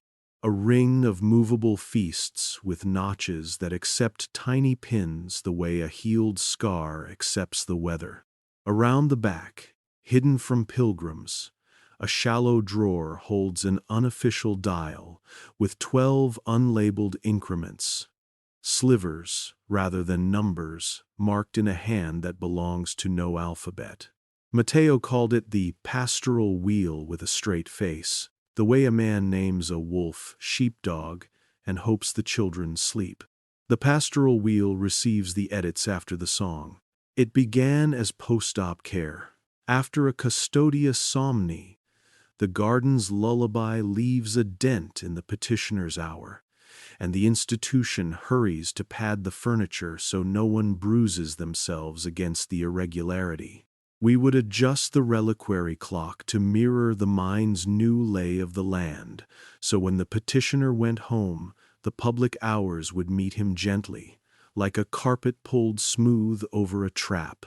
If that were all, we might still be liars, but we would be small liars, domestic liars, the kind who change the subject when a child asks why the moon followed the carriage, and invent an answer about angels, because the truth, gravity, orbit, light is too large for bedtime. But after a generation of careful padding, the public carpet learned to prefer smoothness for its own sake. And once the carpet prefers smoothness, someone begins trimming the floorboards. The calendarium innocentiae looks harmless displayed above the clock, as if a book could only record the mercies of its owners and never their ambitions. You know the official story. Julian to Gregorian. A correction for drift, a papal bull that asks the world to skip forward so the equinoxes stop losing their place like aging men misplacing spectacles. But in the margin of the calendar of innocence, in a script so even you could mistake it for the divine wish for order, there runs a second story. Feast days sliding as if greased with rationale. Saints traded between local devotions, like chess pieces, moved so a prettier pattern appears on the board. Years, seamed together across an inconvenient century, with the seam painted so cleverly, no pilgrim sees the stitch until he is told to run a fingernail along it. "We will do it this way now," the marginal gloss says, as politely as a man changing the seating chart for a banquet that has already begun. The first time Matteo allowed me to touch the pastoral wheel, he taught me the liturgy of adjustment. Never move a feast alone. Always pair a mercy with a correction, he said, as if he were instructing me in how to balance a ledger. If you shift a saint, offer a season. If you shorten a fast, lengthen a procession. If you make a trough in the week, bless the Monday that inherits calm. His mouth shaped the rules with the tenderness of a gardener, explaining pruning to a child. You remove a branch not because you hate leaves, but because fruit requires air. He spoke as if we were botanists. We were barbers, cutting hair that did not belong to us, then sweeping it under a rug we had embroidered with sacrament. A day's work. A petitioner sleeps in the garden. The song loosens a particular knot, the way steam loosens glue. The angels with stitched lids shine, as if sweat had been carved into their stone. The 10-note argument completes its dovetail. Upstairs, the reliquary second hand stutters the bite before the leap, and we answer. Not with a shout, never with a shout. We answer with a pin moved one notch on the feast ring, with a ferial adjustment that will look like prudence in a parish bulletin, with a subtle massage of the pastoral wheel so the next week will forgive the change the way a mother forgives a child who mispronounces a word sweetly. I imagined at first that the clock and the garden were separate disciplines, psychology and liturgy, mercy and management, 2 rooms sharing only a staircase. I was wrong. They are 2 lungs in the same chest. The proof was the night the wheel refused my hand. I had wound the box, watched a woman's face lose its rigid, painful geometry and soften into a grammar that could speak again without choking. I had felt the now familiar taste of iron at the back of my mouth, as if I had licked a coin stamped with a head of state I did not vote for.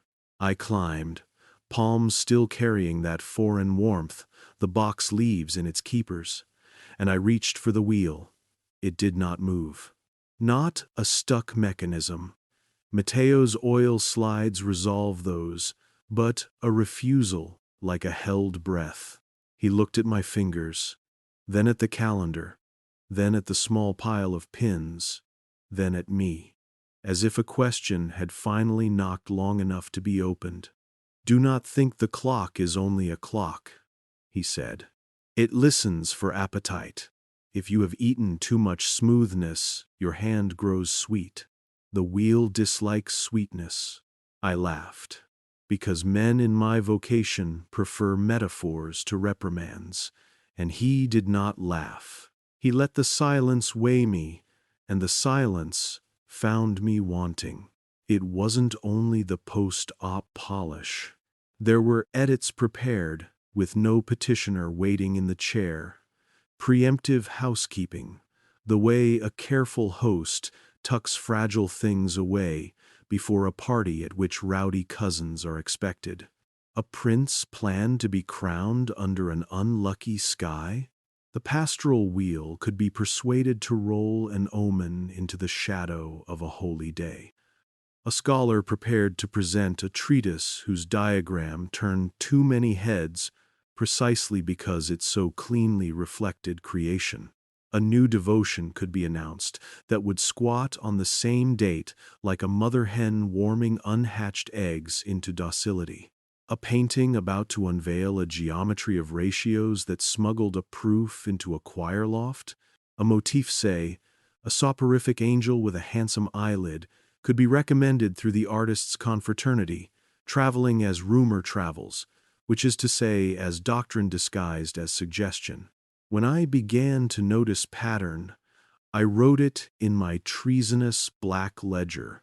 A saint exchanged for a season, a fast shortened and an exposition lengthened, the insertion of a minor martyr where a major mathematician had planned a lecture. I recorded a pope's name used like a paperweight on a year that would have blown down a corridor if left unattended. I recorded a blank 3 clean months, called quiet, in an index where the scribes had learned to let emptiness pass as piety.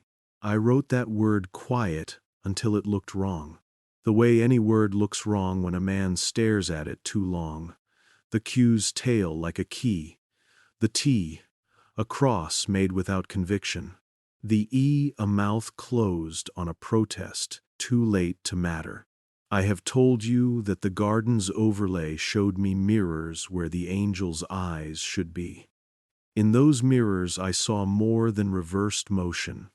I saw editions. I watched a procession return in black and leave in red because some rubric had been revised between one Monday and the next. I watched an emperor's regnal number subtract itself by 1 and the court pretend not to notice because the new arithmetic felt more flattering to the narrative. I watched a map maker lick a brush and paint a coastline that a sailor had seen and a chancellor had not yet budgeted, and I saw a hand lay a transparent veil over the map and redraw the line 3 fingers inland. When I turned from the mirror, the reliquary clock downstairs ticked its agreeable fiction. It was a beautiful lie because it allowed people to sleep, you will say. Calendars are always political. Clocks serve power as faithfully as bells serve worship. A feast can migrate without sacrilege. I will not argue. The scandal is not that we adjusted. The scandal is that we adjusted the memories that resisted and then edited the instruments by which those memories would have proven themselves. We were not content to soothe. We were determined to curate reality to crown editorial power with sacrament.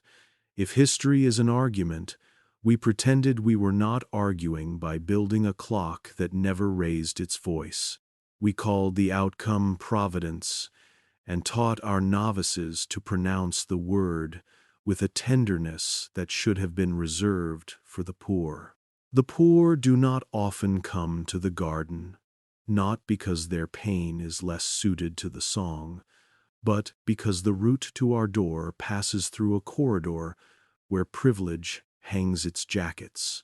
The few who do come leave grateful and lighter, like men walking home with 1 less stone in their pockets. I think of them when I am asked why I do not simply smash the box and be done. Revolution is a stage trick when it confuses satisfying noise with structural change. The garden is not a box, it is a method. It has learned to live in rooms that do not look like gardens, in committees that do not look like choirs, in memos that do not smell like vellum.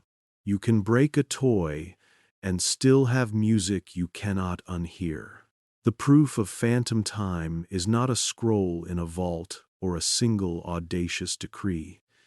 It is the ache you learned in Chapter 3, the ache that tells you Thursday yielded to Monday and left a clean trough where the days you needed to remember were taught to sleep. It shows in litanies that list saints whose feast days no village celebrates anymore, though the bakery still gives away a sweet. It shows in frescoes where underpaintings leave the shadow of a sixth finger under a blessing hand, and restoration reports call it a pentimento, the way a politician calls a lie a clarification.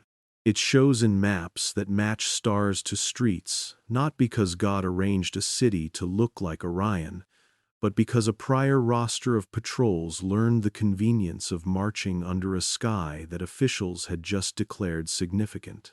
It shows in clocks whose seconds hesitate and then leap, persuading men with appointments that the appointment met them where they were, when really a room upstairs adjusted the minute to flatter their punctuality. There was a night, remember it as an index card you will want later, when Matteo took me to the roof with the box.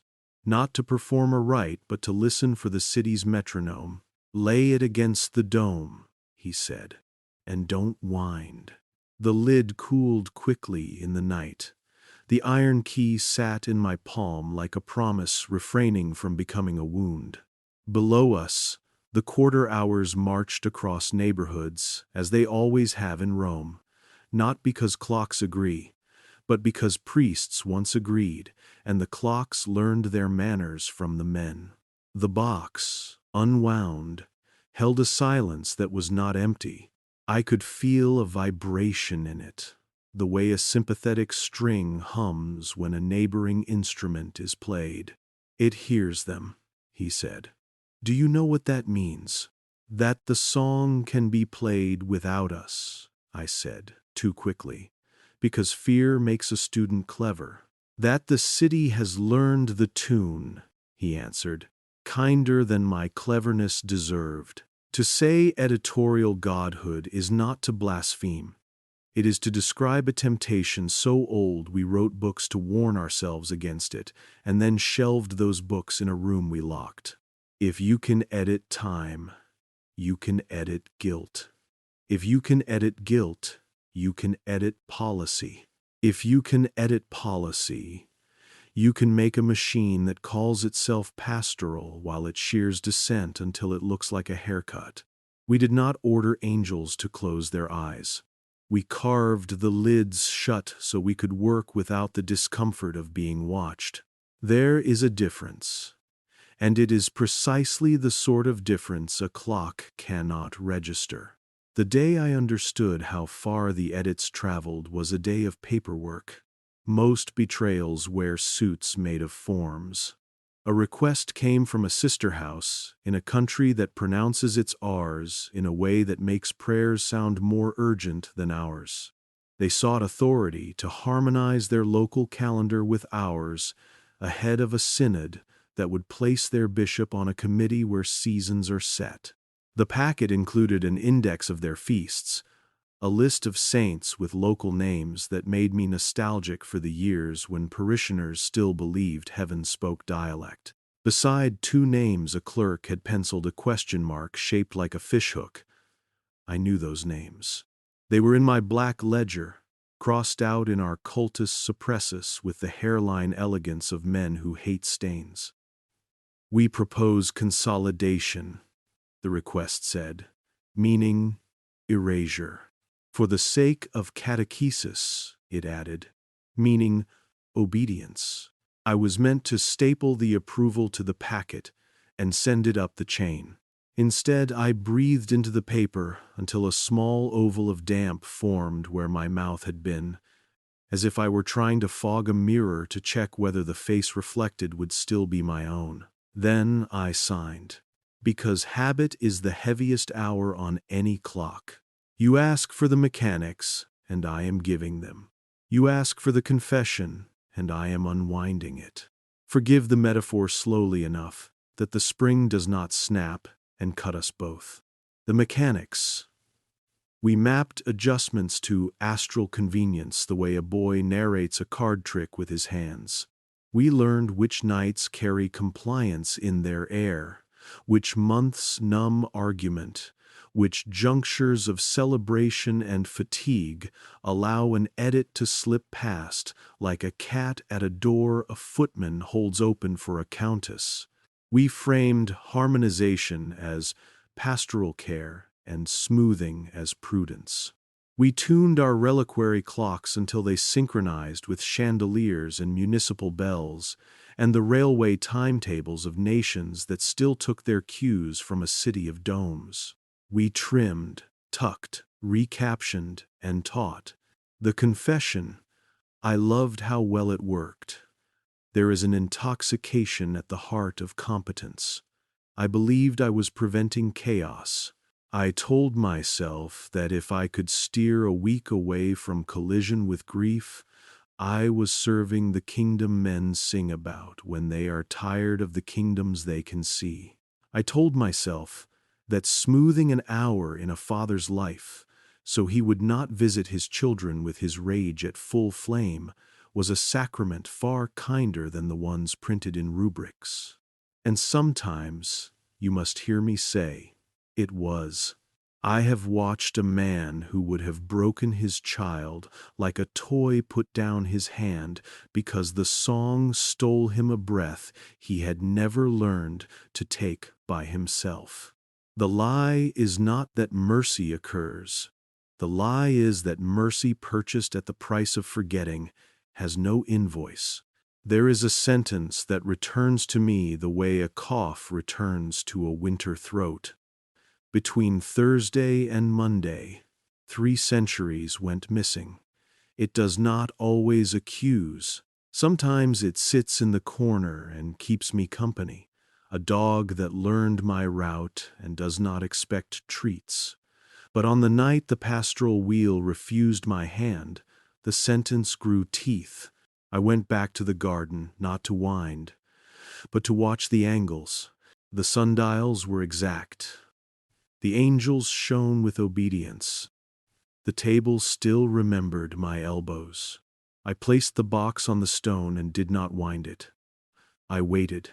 The hedges rustled with an impatience I had learned to mistake for piety. I thought of the baker, who still gives a sweet on a feast we decided the village should forget. I thought of the painter who shaved a finger from a blessing hand, because my predecessors persuaded his patron that mathematics made men arrogant. I thought of a mother's blue cup whitened at the lip. I thought of a year called quiet in a file by a clerk who had never been permitted to meet his own anger.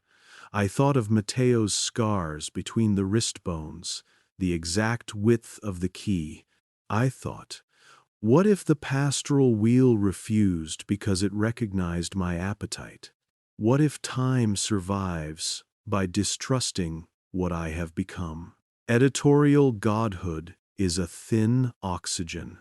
Men who breathe it speak slowly and become allergic to surprise. I recognized that allergy in my own voice the next day when a novice asked why the feast had moved, and I answered, to harmonize the catechesis, in a tone I had once mocked in sermons from bishops who preferred correct adjectives to correct conduct.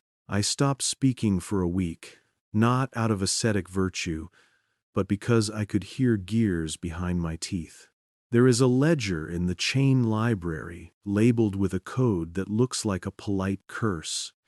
Its pages record errata in editions of lives and laws. Next to each correction is a column titled Justification, a word that used to mean the soul's rightness with God and now means the typesetter's tidy alignment of a paragraph's right edge. I copied 2 pages into my black book. My hands shook.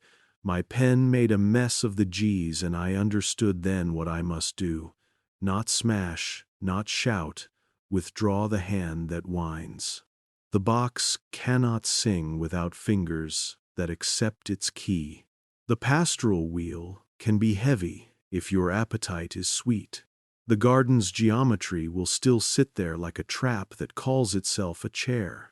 But the method demands attendance. If enough of us become unreliable, the song will stutter. The second hand will hesitate and find no command to leap. Monday will meet the grief it has inherited without a lullaby to excuse it from devotion. A man does not become honest by one decision. He becomes honest by excusing himself from his favorite competencies and then enduring the slack that follows. I told Matteo I was unwell true enough. Sleep gnawed, and I stopped going down on nights when the hedges called. I trained younger men poorly on purpose, introducing tiny frictions they would notice and perhaps cherish later as they learned to anchor against a tune. I misfiled a request from the sister house with the pencil fish hooks and wrote, in a hand a clerk would find suspicious, send back with questions. I went to the bakery on a feast, no longer printed, and bought a sweet and said the saint's name aloud. The girl at the counter looked at me as if I had said the name of a dead aunt who used to sing while counting coins. She smiled the way the second hand sometimes refuses to. In the clockroom, I learned to hear other hesitations, the cough in a city's schedule, the falter in a politician's cadence, the space between two beats in a song on the radio where the singer lets you imagine he might not be able to finish the line. I began to collect those too in the ledger. Good pauses. No doctrine prints them. No calendar allows them. They are the body resisting edits, the lungs refusing sympathy with a music they did not choose. If this sounds romantic, forgive me. I am a man exiting a room I once kept clean. Exits are messy, they stain. You will ask what happens when you stop winding. They wind without you. The method survives disobedient men, the way the sea survives a boy unplugging one hole in a ship's plank with his thumb. But a method that has learned to travel in songs and policies and appointment books still depends on habits.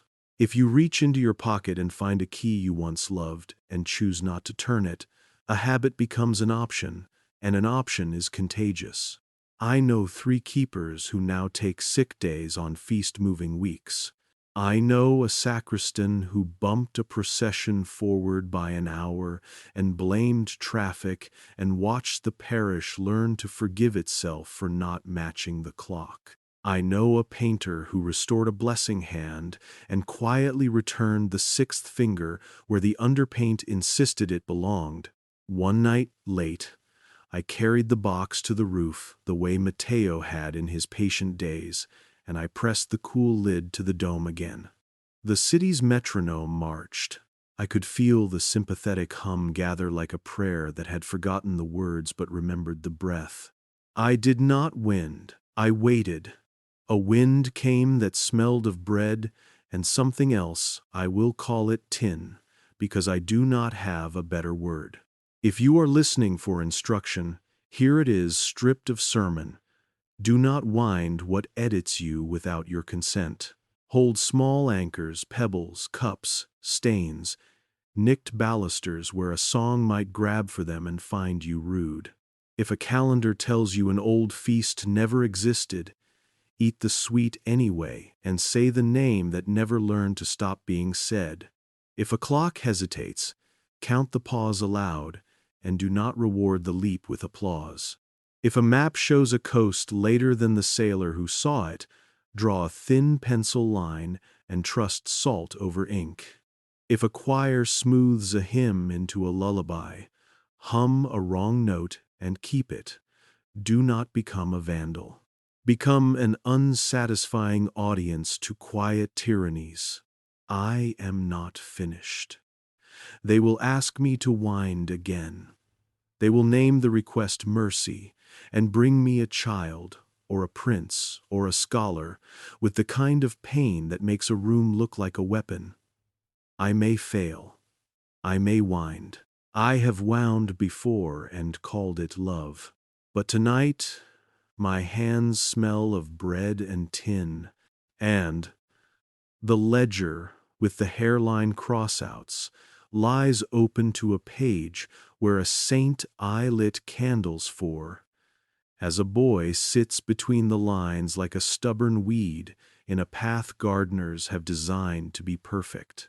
I am telling you now, at length, in the slow syntax of a man prying a clock out of his mouth, that the godhood we practiced was an editorial trick, and the devilry was the way it worked. I am not asking you to rage. Rage wins keys in its sleep. I am asking you to count. Count the good pauses. Count the names that survive only in bakeries and under paints. Count the days between Thursday and Monday. If a trough appears, do not decorate it with doctrine. Fill it with questions. The most dangerous thing to them is not outrage. It is a memory returning with a pebble in its fist. The night breaks when paper bleeds. You learn this downstairs, not in the sanctuaries where candles theater their mercy, but in the rooms where pens are sharpened against the truth and then taught to apologize for their edge. I reached for the Ledger of Saints, a book that lists devotion the way a city lists its taxes, and felt the page resist my hand the way skin flinches at the thought of a needle. The names marched. Upright script, daylight grammar, the kind of order that sells itself as comfort. And then the hairline crossouts, cultus suppressus, as tidy as the seam on a wound that healed without stitches. I had touched those lines before. Tonight, after the wheel refused me, I pressed harder, as if pressure could return ink to its first courage. In the margin, a scribe had drawn symbols no rubric acknowledges. A barley stem, a fishbone, the small blade I had learned to spot beside entries not removed but remade. The barley meant the saint would be allowed to live as a folk habit, bread blessed but unnamed. The fishbone meant the feast had been permitted to starve until it passed for a regional quirk. The blade meant a surgical edit had been performed, and the credit transferred to a more palatable patron. I turned the page and understood in an instant something I had been refusing gently for years. We were not only moving dates, we were recaptioning reality. Upstairs in the reliquary room, a portrait hung that pilgrims love because they have been told to. The blessing hand is perfect, 5 fingers, polite proportions, an anatomy that flatters doctrine. But the restoration notes we keep in a drawer with the dulled scalpels tell another gospel. Under paint shows a 6th finger, not a monstrosity, but a mathematical insistence. The painter's private proof baked into pigment, then flensed back to orthodoxy by a blade that called itself piety. I held the notes to the lamp, and the heat made the scraped line step forward like a scar remembering its red. In another file, a sketch of a prophet with a compass hidden in his sleeve bore the archivist's comment, "Remove instrument, leave awe." We were not enemies of art. We were its tailors, hemming until the garment thanked the scissors. In the chain library, desk L, Libra, we do not say aloud. The cabinet of masks waited, paper-thin faces molded from portraits of pontiffs who never reigned in public, but whose bulls exist on smoke-aged vellum for days when an old signature might be helpful. Each mask carries a note clipped under the chin, a number, a season, a phrase intercede ad tempus, intervene for a time. I lifted one, and the smoke sweetness rose like incense that had learned to love deception. Beneath the masks, a folder of blunted nibs cut so precisely that their only function is aging ink, smoothing its arrogance into the humility of history. There is a tenderness to this violence. You could fall in love with the craft and forget the crime. We did not burn books, we bound them. The church learned early that fire makes martyrs of paper, chains make librarians of censors. A gospel that contradicted the accepted chorus went not to the flames but to a lectern with just enough reach to discourage the contagious arm-waving of a crowd. Lead-bound codices. I have held one. It bends a wrist harder than grief were prepared for the unthinkable. A spill into the river during search or sack, the volume sinking obediently like a secret that knows its trade. We did not say, destroy. We said, preserve responsibly. We did not say, hide. We said, house safely. We did not say, erase. We said, harmonize.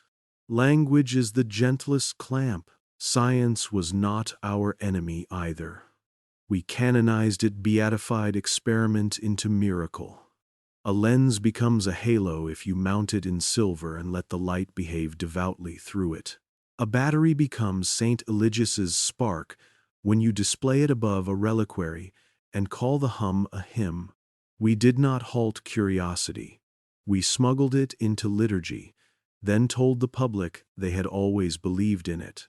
A monk with ink up his sleeve showed me an astrolabe etched with interdictions, constellations named and then crossed with thin prohibitions. No proclamations under the archer, delay navigations under the scales, confess, discoveries under the fish. The device worked as well as any sextant. It simply socialized the data before the data could embarrass a season. Art was easiest to recaption, because artists want to be allowed to continue. You bring a painter bread, you speak gently about decorum, you praise his sky and ask him to lift the geometry out of the faces, because ratios make bishops itchy, and in exchange you commission an altarpiece that keeps his children fed. He shaves the sixth finger. He keeps the secret in the underdrawing the way a man keeps a poem he knows will not pass confession. A sculptor hides a star map in a ceiling. A censor calls it ornament and congratulates himself for generosity. A composer uses a pattern that solves an equation. A choirmaster calls it modulation and pats the choir on the head for singing so obediently. We did not forbid genius. We domesticated it until it sat by the fire and answered to a new name. But the ugliest edits were not on walls or calendars. They were in mouths. The garden taught us how to soften a memory until the tongue could no longer catch on its hook. We performed the rite and called it mercy. It was mercy. Sometimes say it plainly. The song gives a man a breath he could not otherwise find. A woman can attend her own life without fainting at its edge. But we applied the same mechanism to public grief. A city loses a year to riot and famine. We bless a festival into the space where the ache would make a speech. We teach the children to draw the saint rather than the barricade. A scientist publishes a list of ratios that will rearrange trade. We declare a jubilee of grain and give the quartermaster a miracle to weigh. We called this stewardship. We could have called it sedation. The climax did not announce itself with trumpets. It arrived with a petitioner who recognized me. He was neither prince nor scholar. He was a man whose life would never be footnoted in any of our ledgers. When he was seated in the garden center, he looked through me as if trying to remember where he had once been safe. "Father," he said a word, "I do not reject lightly. Why do I forget my mother's face?" The angels' stitched lids shone. The sundials were obedient. The hedges whispered the 10-note argument like a choir of leaves. I could have told him the truth in the small, wicked sentence that would have freed me. Because the dream garden eats faces first, the ones you love, the ones that would make you fight. Instead, I placed the relic, and I wound the key. He slept. He woke grateful, every part of his body arranged into the posture of a man who has been relieved. He thanked me with the generosity of the cured. He left the garden lighter by one grief, and I fear, poorer by one resistance. I wrote the success in the register, and the ink behaved like water. When the door closed, the hedges rustled again, as if asking for another helping, and I heard, for the first time without excuses ready in my mouth, the appetite, not of demons ringed with folklore, of a method that calls itself pastoral and eats what would otherwise have spoken. The appetite is not housed only underground. It lives in committee minutes worded to sound like favors, in restoration bulletins that call erasure a return to clarity, in curricula that slide a century into context, in museums that rearrange rooms so a patron's legacy can breathe easier, in local histories that calve into the sea like ice, because the new ferry timetable prefers calmer water. It lives in my throat when I choose the precise noun that will make a petition sound technical and therefore safe. It lives in the mirror when I practice the face of a man who did not just trade a boy's mother for a Monday.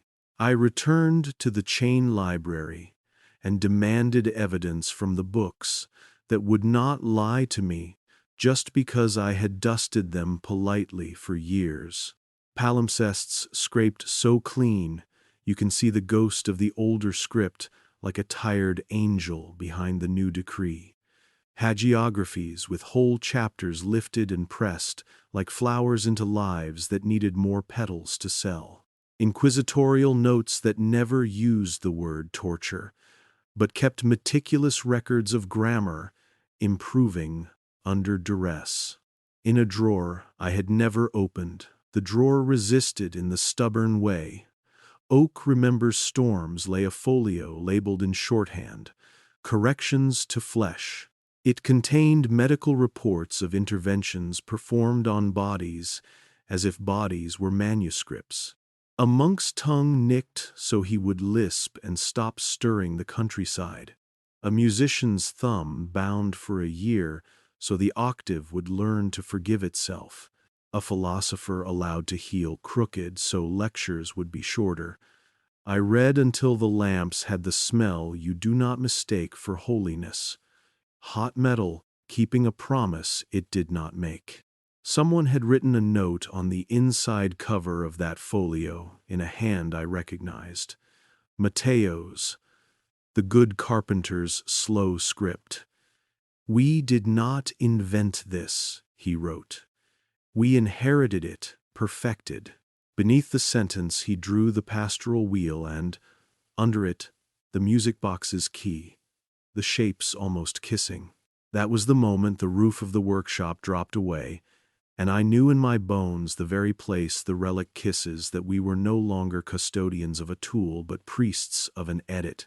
If you doubt the difference, imagine a man sharpening a knife in case a rope needs cutting, and then imagine a man polishing the same knife because a blade without a purpose is an affront to his training. The room changed around me as rooms do when shame drops the temperature. The chain's small grammar became a litany. The lamp's humming became a sermon. My own breath became the bellows of a sacrificial rite I had not consented to attend. I carried the folio to the confessional mirror, the speculum that remembers faces, and set it against the frame. My reflection softened into the faceless oval from the manual, the slant-etched mouth nearly rubbed smooth. The mirror holds expressions. It offered me one, I recognized with a violence that made the stomach argue with the ribs. The look a boy wears when he decides to be good, because being good is safer than being right. I had become the sort of man the garden prefers, tidy, persuasive, competent, exhausted, useful. If this were a courtroom, I would offer exhibits and dates. If this were a pulpit, I would sling a parable. It is neither. It is a confession in a documentary room where the door remembers the shape of an iron key and the air has been trained not to move. Here are the plain clauses that will not let me sleep. We suppressed devotion by recaptioning it as folklore and applauding the people for keeping their quaintness tidy. We stepped into art not with hammers but with requests, praising the sky while removing the geometry from the faces, then paying the invoice in commissions and calling it support. We handled science as if it were a relic, enshrining what we could tolerate, theologizing what would have otherwise destabilized our timetables. We turned public grief into pageantry, then teased memory with sweets until the ache consented to be called tradition. We edited bodies to suit doctrine and called it ascetic correction, collecting the paperwork in a drawer that pretends to be about hygiene. We taught the language of edits to sing like mercy until mercy forgot it had a price. A climax is not a sword raised, it is a hand held still in a room that expects you to wind. I went to the garden with the box and did nothing. I sat on the stone lip where elbows know their depressions, and I let the hedges want. The angels shone their blind assent. The sundials held their hands. I said the names from my black ledger aloud, not as a litany, not as a spell, but as a list, the way a baker counts rolls, not because counting blesses bread, but because hunger wants numbers it can trust. The names were small, local, sometimes ridiculous. A saint whose statue always leans left, because the floor learned a patience the masons did not. A martyr whose feast is kept in a town that doesn't remember why it eats cherries that day, only that somebody did. A healer whose herb garden refuses to die in winters when the bishop travels. I said them until the hedges quieted with a new kind of hush. Not anesthesia, not appetite listening. When I left, the clock upstairs performed its hesitation and the leap obedient as ever. But the leap sounded, to my ear, like a man clearing his throat before telling the truth too late. I walked the corridor with the eighth curve and touched the stone where drafts think. I returned the key to its leather mouth and did not wipe it, a small rude refusal that would, by morning, earn me a notation in a register. Untidy. I did not correct it. I am done being neat for crimes I refuse to polish. The next day I visited the Cartographia Vetus and stood before the map with the coastline. A sailor saw 2 centuries too early.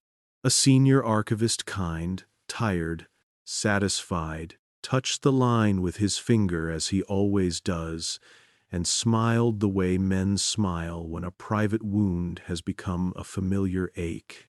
Iter inventum est, annus inventus non est, he recited, proud of our wit. The root is discovered, the year is not. I answered as I never had. Then give the year back. He withdrew his hand as if I had accused him of theft, which I had. He said the sentence we all say when the appetite is dressed for dinner. Father, we must be pastoral. I said nothing because I have learned that arguing with appetite is how you end up cooking. I returned to the atelier, where restorers keep their surgery, and asked the youngest among them, a woman with hands that have not yet learned to forgive themselves, what she does when she finds a 6th finger under paint. She looked at her supervisor, then back at me, and answered in the 3rd person because fear makes grammar formal. Sometimes the underdrawing is noted. I asked what happens to the note. She looked at the drawer where we keep documents that confess more politely than we do. It lives in a file. And the hand? I asked. Blesses with 5, she said. And I watched a future vanish behind her eyes, the future in which she would have painted a different truth and survived it. In the evening, a note awaited me. A petition I was expected to honor because mercy, because schedule, because the appetite rings a bell and the room stands up. I took the box from its cradle. The velvet sighed the way it always does. The lid warmed under my thumb like complicity. I carried it into the garden and set it not at the center but on the low stone near the eastern angel's heel. I stood in the wrong place on purpose, in the shadow where our diagrams never station a keeper. The geometry disapproved the way a dog disapproves on behalf of a master not present. I said, out loud, to the instrument that has taken my voice and harmonized it with the quiet. No, not loudly, not heroically. The kind of no you tell a child you love when he asks to play with a knife because he wants to help cook. The hedges rustled. The angels shone. The sundials pleaded with their correctness. I did not whine, the petitioner cried. He asked me to. He told me the week he wanted gone. He spoke with the precise clarity of a man who has rehearsed the deletion. I told him the story of the cup blue, whitened at the rim, and how I had tried to let it go and failed, and how that failure had saved a corner of my life I am only now brave enough to visit. I told him, because I owed him something truer than my competence, that we could sit in the garden together and not perform the rite, and that I would stand at his back and be the unhandsome witness to a pain nobody would tidy, and that afterward I would not adjust a wheel or move a feast or bless a Monday on his behalf, and that this too was a kind of mercy, the kind that does not sing. He sat. He did not sleep. He breathed. I learned a new sound, a man staying awake with his own life. When he left, he did not thank me. Good. Gratitude is the currency that props these rooms. He shook my hand. His palm was hot with the animal heat of a person unedited. I went upstairs and waited for the clock to confess. The second hand hesitated.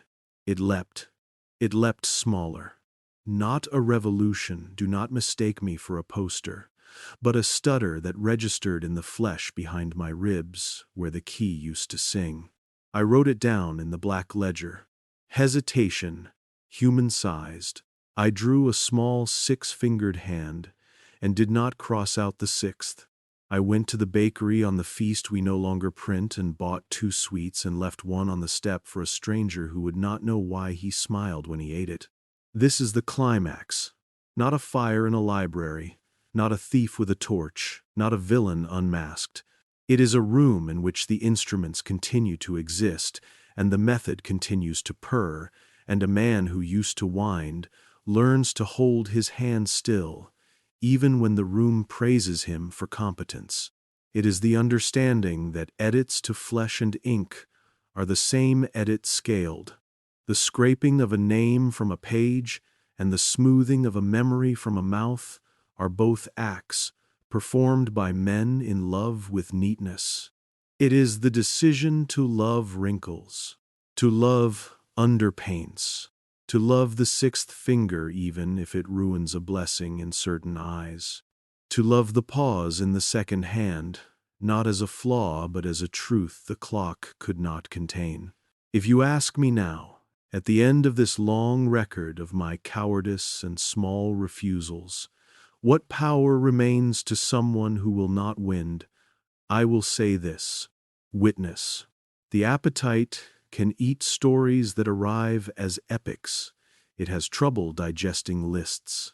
It chokes on specifics. Keep them. A chipped toe on a statue in a chapel that floods every third spring.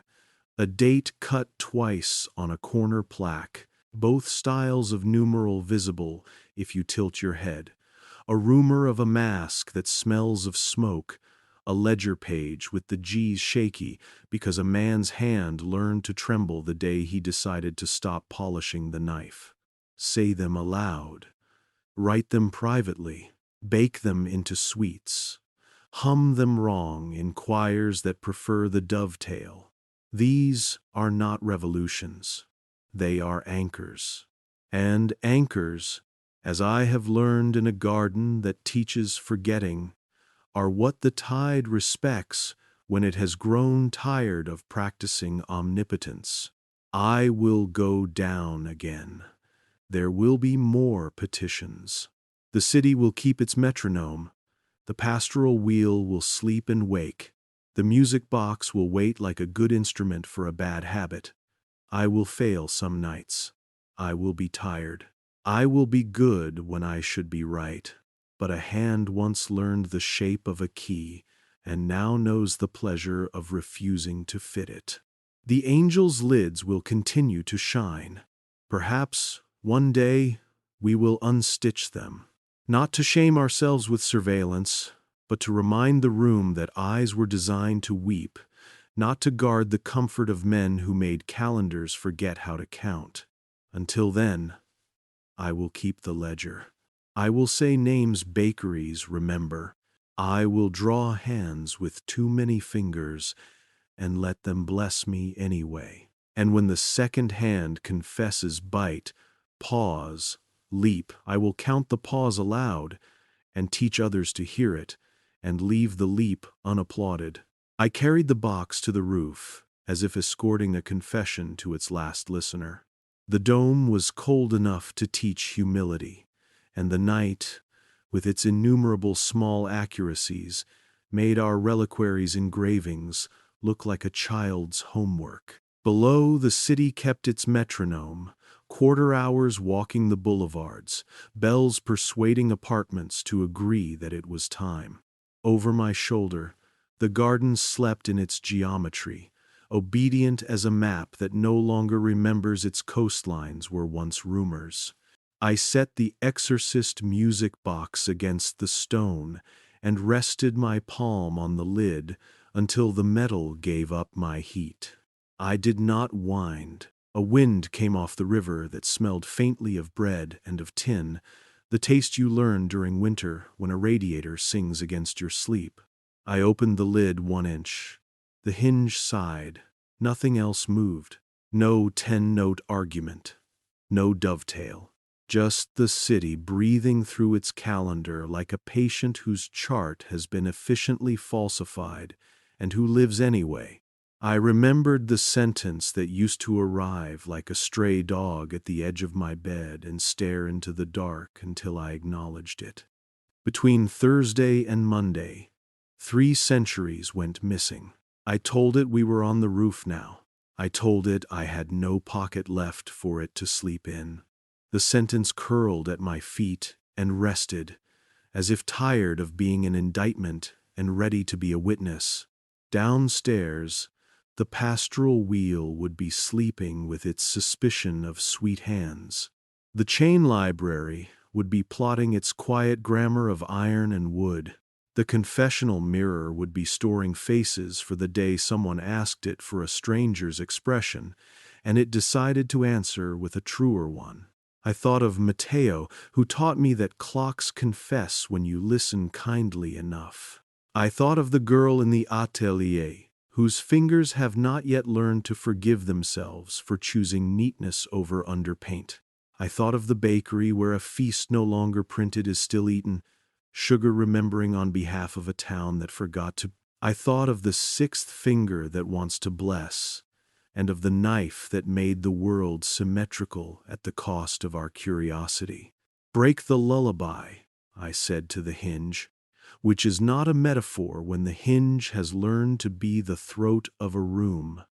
Not with a hammer, with refusal. I closed the lid and carried the box downstairs to its cradle. The velvet accepted it with the same decorum it extends to every instrument that believes it is still in service. I did not wipe the key. I did not make neat the prints my skin had left. I signed the register with a hand that had practiced steadiness for so long it now had to practice tremor. Beside my name I drew a small 6-fingered hand and did not cross out the 6th. A clerk will someday call it irreverent. Let him. Irreverence is only reverence that has stopped kneeling to the wrong altar. I slept poorly, which has become a form of health. In dreams, the garden did not overlay itself. It exposed itself. The angels opened their stitched lids, and there was no surveillance, only eyes that knew they could weep. The sundials did not hold court. They attended a wake. The hedges rustled not with appetite, but with the awkward affection of a family relearning how to speak without cue cards. The music box, obediently silent, sat like a hub without spokes, and the room became a room again. When I woke, I wrote in the black ledger not a name, not a date, but a sentence I had been afraid to put on paper in case paper made it permanent. Silence wasn't sacred, it was enforced. I underlined enforced until the paper threatened to tear, then stopped because I am done with neat wounds. You expect a pursuit. I know men in shoes that frighten marble, a superior's letter that smells like a compromise baked in incense, a reprimand shaped to pass as paternal sorrow. The church is subtler than that. It prefers to let the faithful self-edit. It prefers that I worry myself back into competence, that I wind the key to prove I am still useful, that I sign the consent form and call it love. This is the test I now sit inside like a chapel. How long can a hand refuse to wind while still holding the instrument with respect? The answer today is long enough to take you with me. Listen.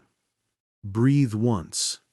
Not as a technique, but as the first courtesy we owe to our own hours. You are not in these rooms, and that is a kind of grace. You did not learn the angles where a sundial's shadow tells a psalm to fall in love with itself. You did not polish angels whose lids shine like obedience.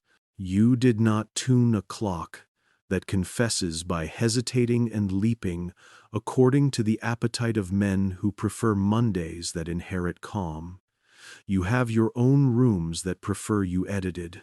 You have your own clocks that ask you to excuse their leaps. You have your own gardens, offices, feeds, schedules where the method has learned to travel without its box. So here is the method's antidote, plain, unliturgical, unflattered by Latin. Anchor, anchor, anchor. Choose 3 small, ordinary truths and keep them where a song cannot reach. The chipped mug you drink from when no guests are present. A streetlight that flickers every 3rd night for no reason a municipal office has yet prioritized. The exact weight of a key you no longer use but have not thrown away. If a voice invites you to remove a week, hold one of these. If a calendar tells you a feast never existed, eat the sweet and say the name anyway. If a painting is praised for its clarity, ask the restorer for the underdrawing. If a map assures you the coast was discovered on a date that flatters someone's statue, ask a sailor whether salt keeps a better ledger. Count the pause. Bells will announce what they have been taught to announce. Clocks will pretend their obedience is truth. When the second hand bites and then considers, count with it. Do not reward the leap with applause. Pause counting is the opposite of sabotage. It is witness at the scale of a heartbeat. If you teach a child to count the pause, you have smuggled into the world a citizen whose sleep is less available for purchase. Refuse to wind what edits you without consent. This is harder than it sounds, because so much of our winding looks like kindness. We call it smoothing. We call it harmonizing. We tell ourselves other people's grief will be safer if we make it punctual. Try a different mercy. Stand near someone in their hurt and offer no device. I have begun to call this keeping company with the unedited. The room hates it. The room will call you unhelpful. Be unhelpful. Systems designed to eat names starve when hospitality refuses to plate them. Practice unhandsome memory. Neat memories are easiest to anthologize, and therefore easiest to curate out of existence. Keep a list that refuses subtitles. A saint whose name lives only in a bakery. A river that remembers a bridge nobody photographs. A teacher who taught you to distrust charisma because he had none. A door in a city you left, that swells in the rain and requires a shoulder. Tell these to a friend, the way smug people tell jokes. Swap them as if they were recipes. Hide them in letters. Tape them inside cabinets. They are pebbles for the tide. I am not naive. The method survives men. The appetite inherits budgets. The pastoral wheel will wake when a better hand than mine flatters it. The garden will drink the way an institution drinks, in the moment of exhaustion between outrage and sleep. If you require victory, this is an unsatisfying benediction. But if you require fidelity, then take this. It is possible to live a long time in a city that loves edited hours and still keep a ledger that refuses to be catalogued. It is possible to eat a sweet on a feast nobody prints and feel the saint arrive without any bureaucracy knowing how to invoice the day. It is possible to teach a choir a wrong note so pure that their harmony improves by daring to include what the dovetail had excluded. It is possible to draw a sixth finger on the blessing hand in your mind and let that blessing reach you with the strength of something unashamed.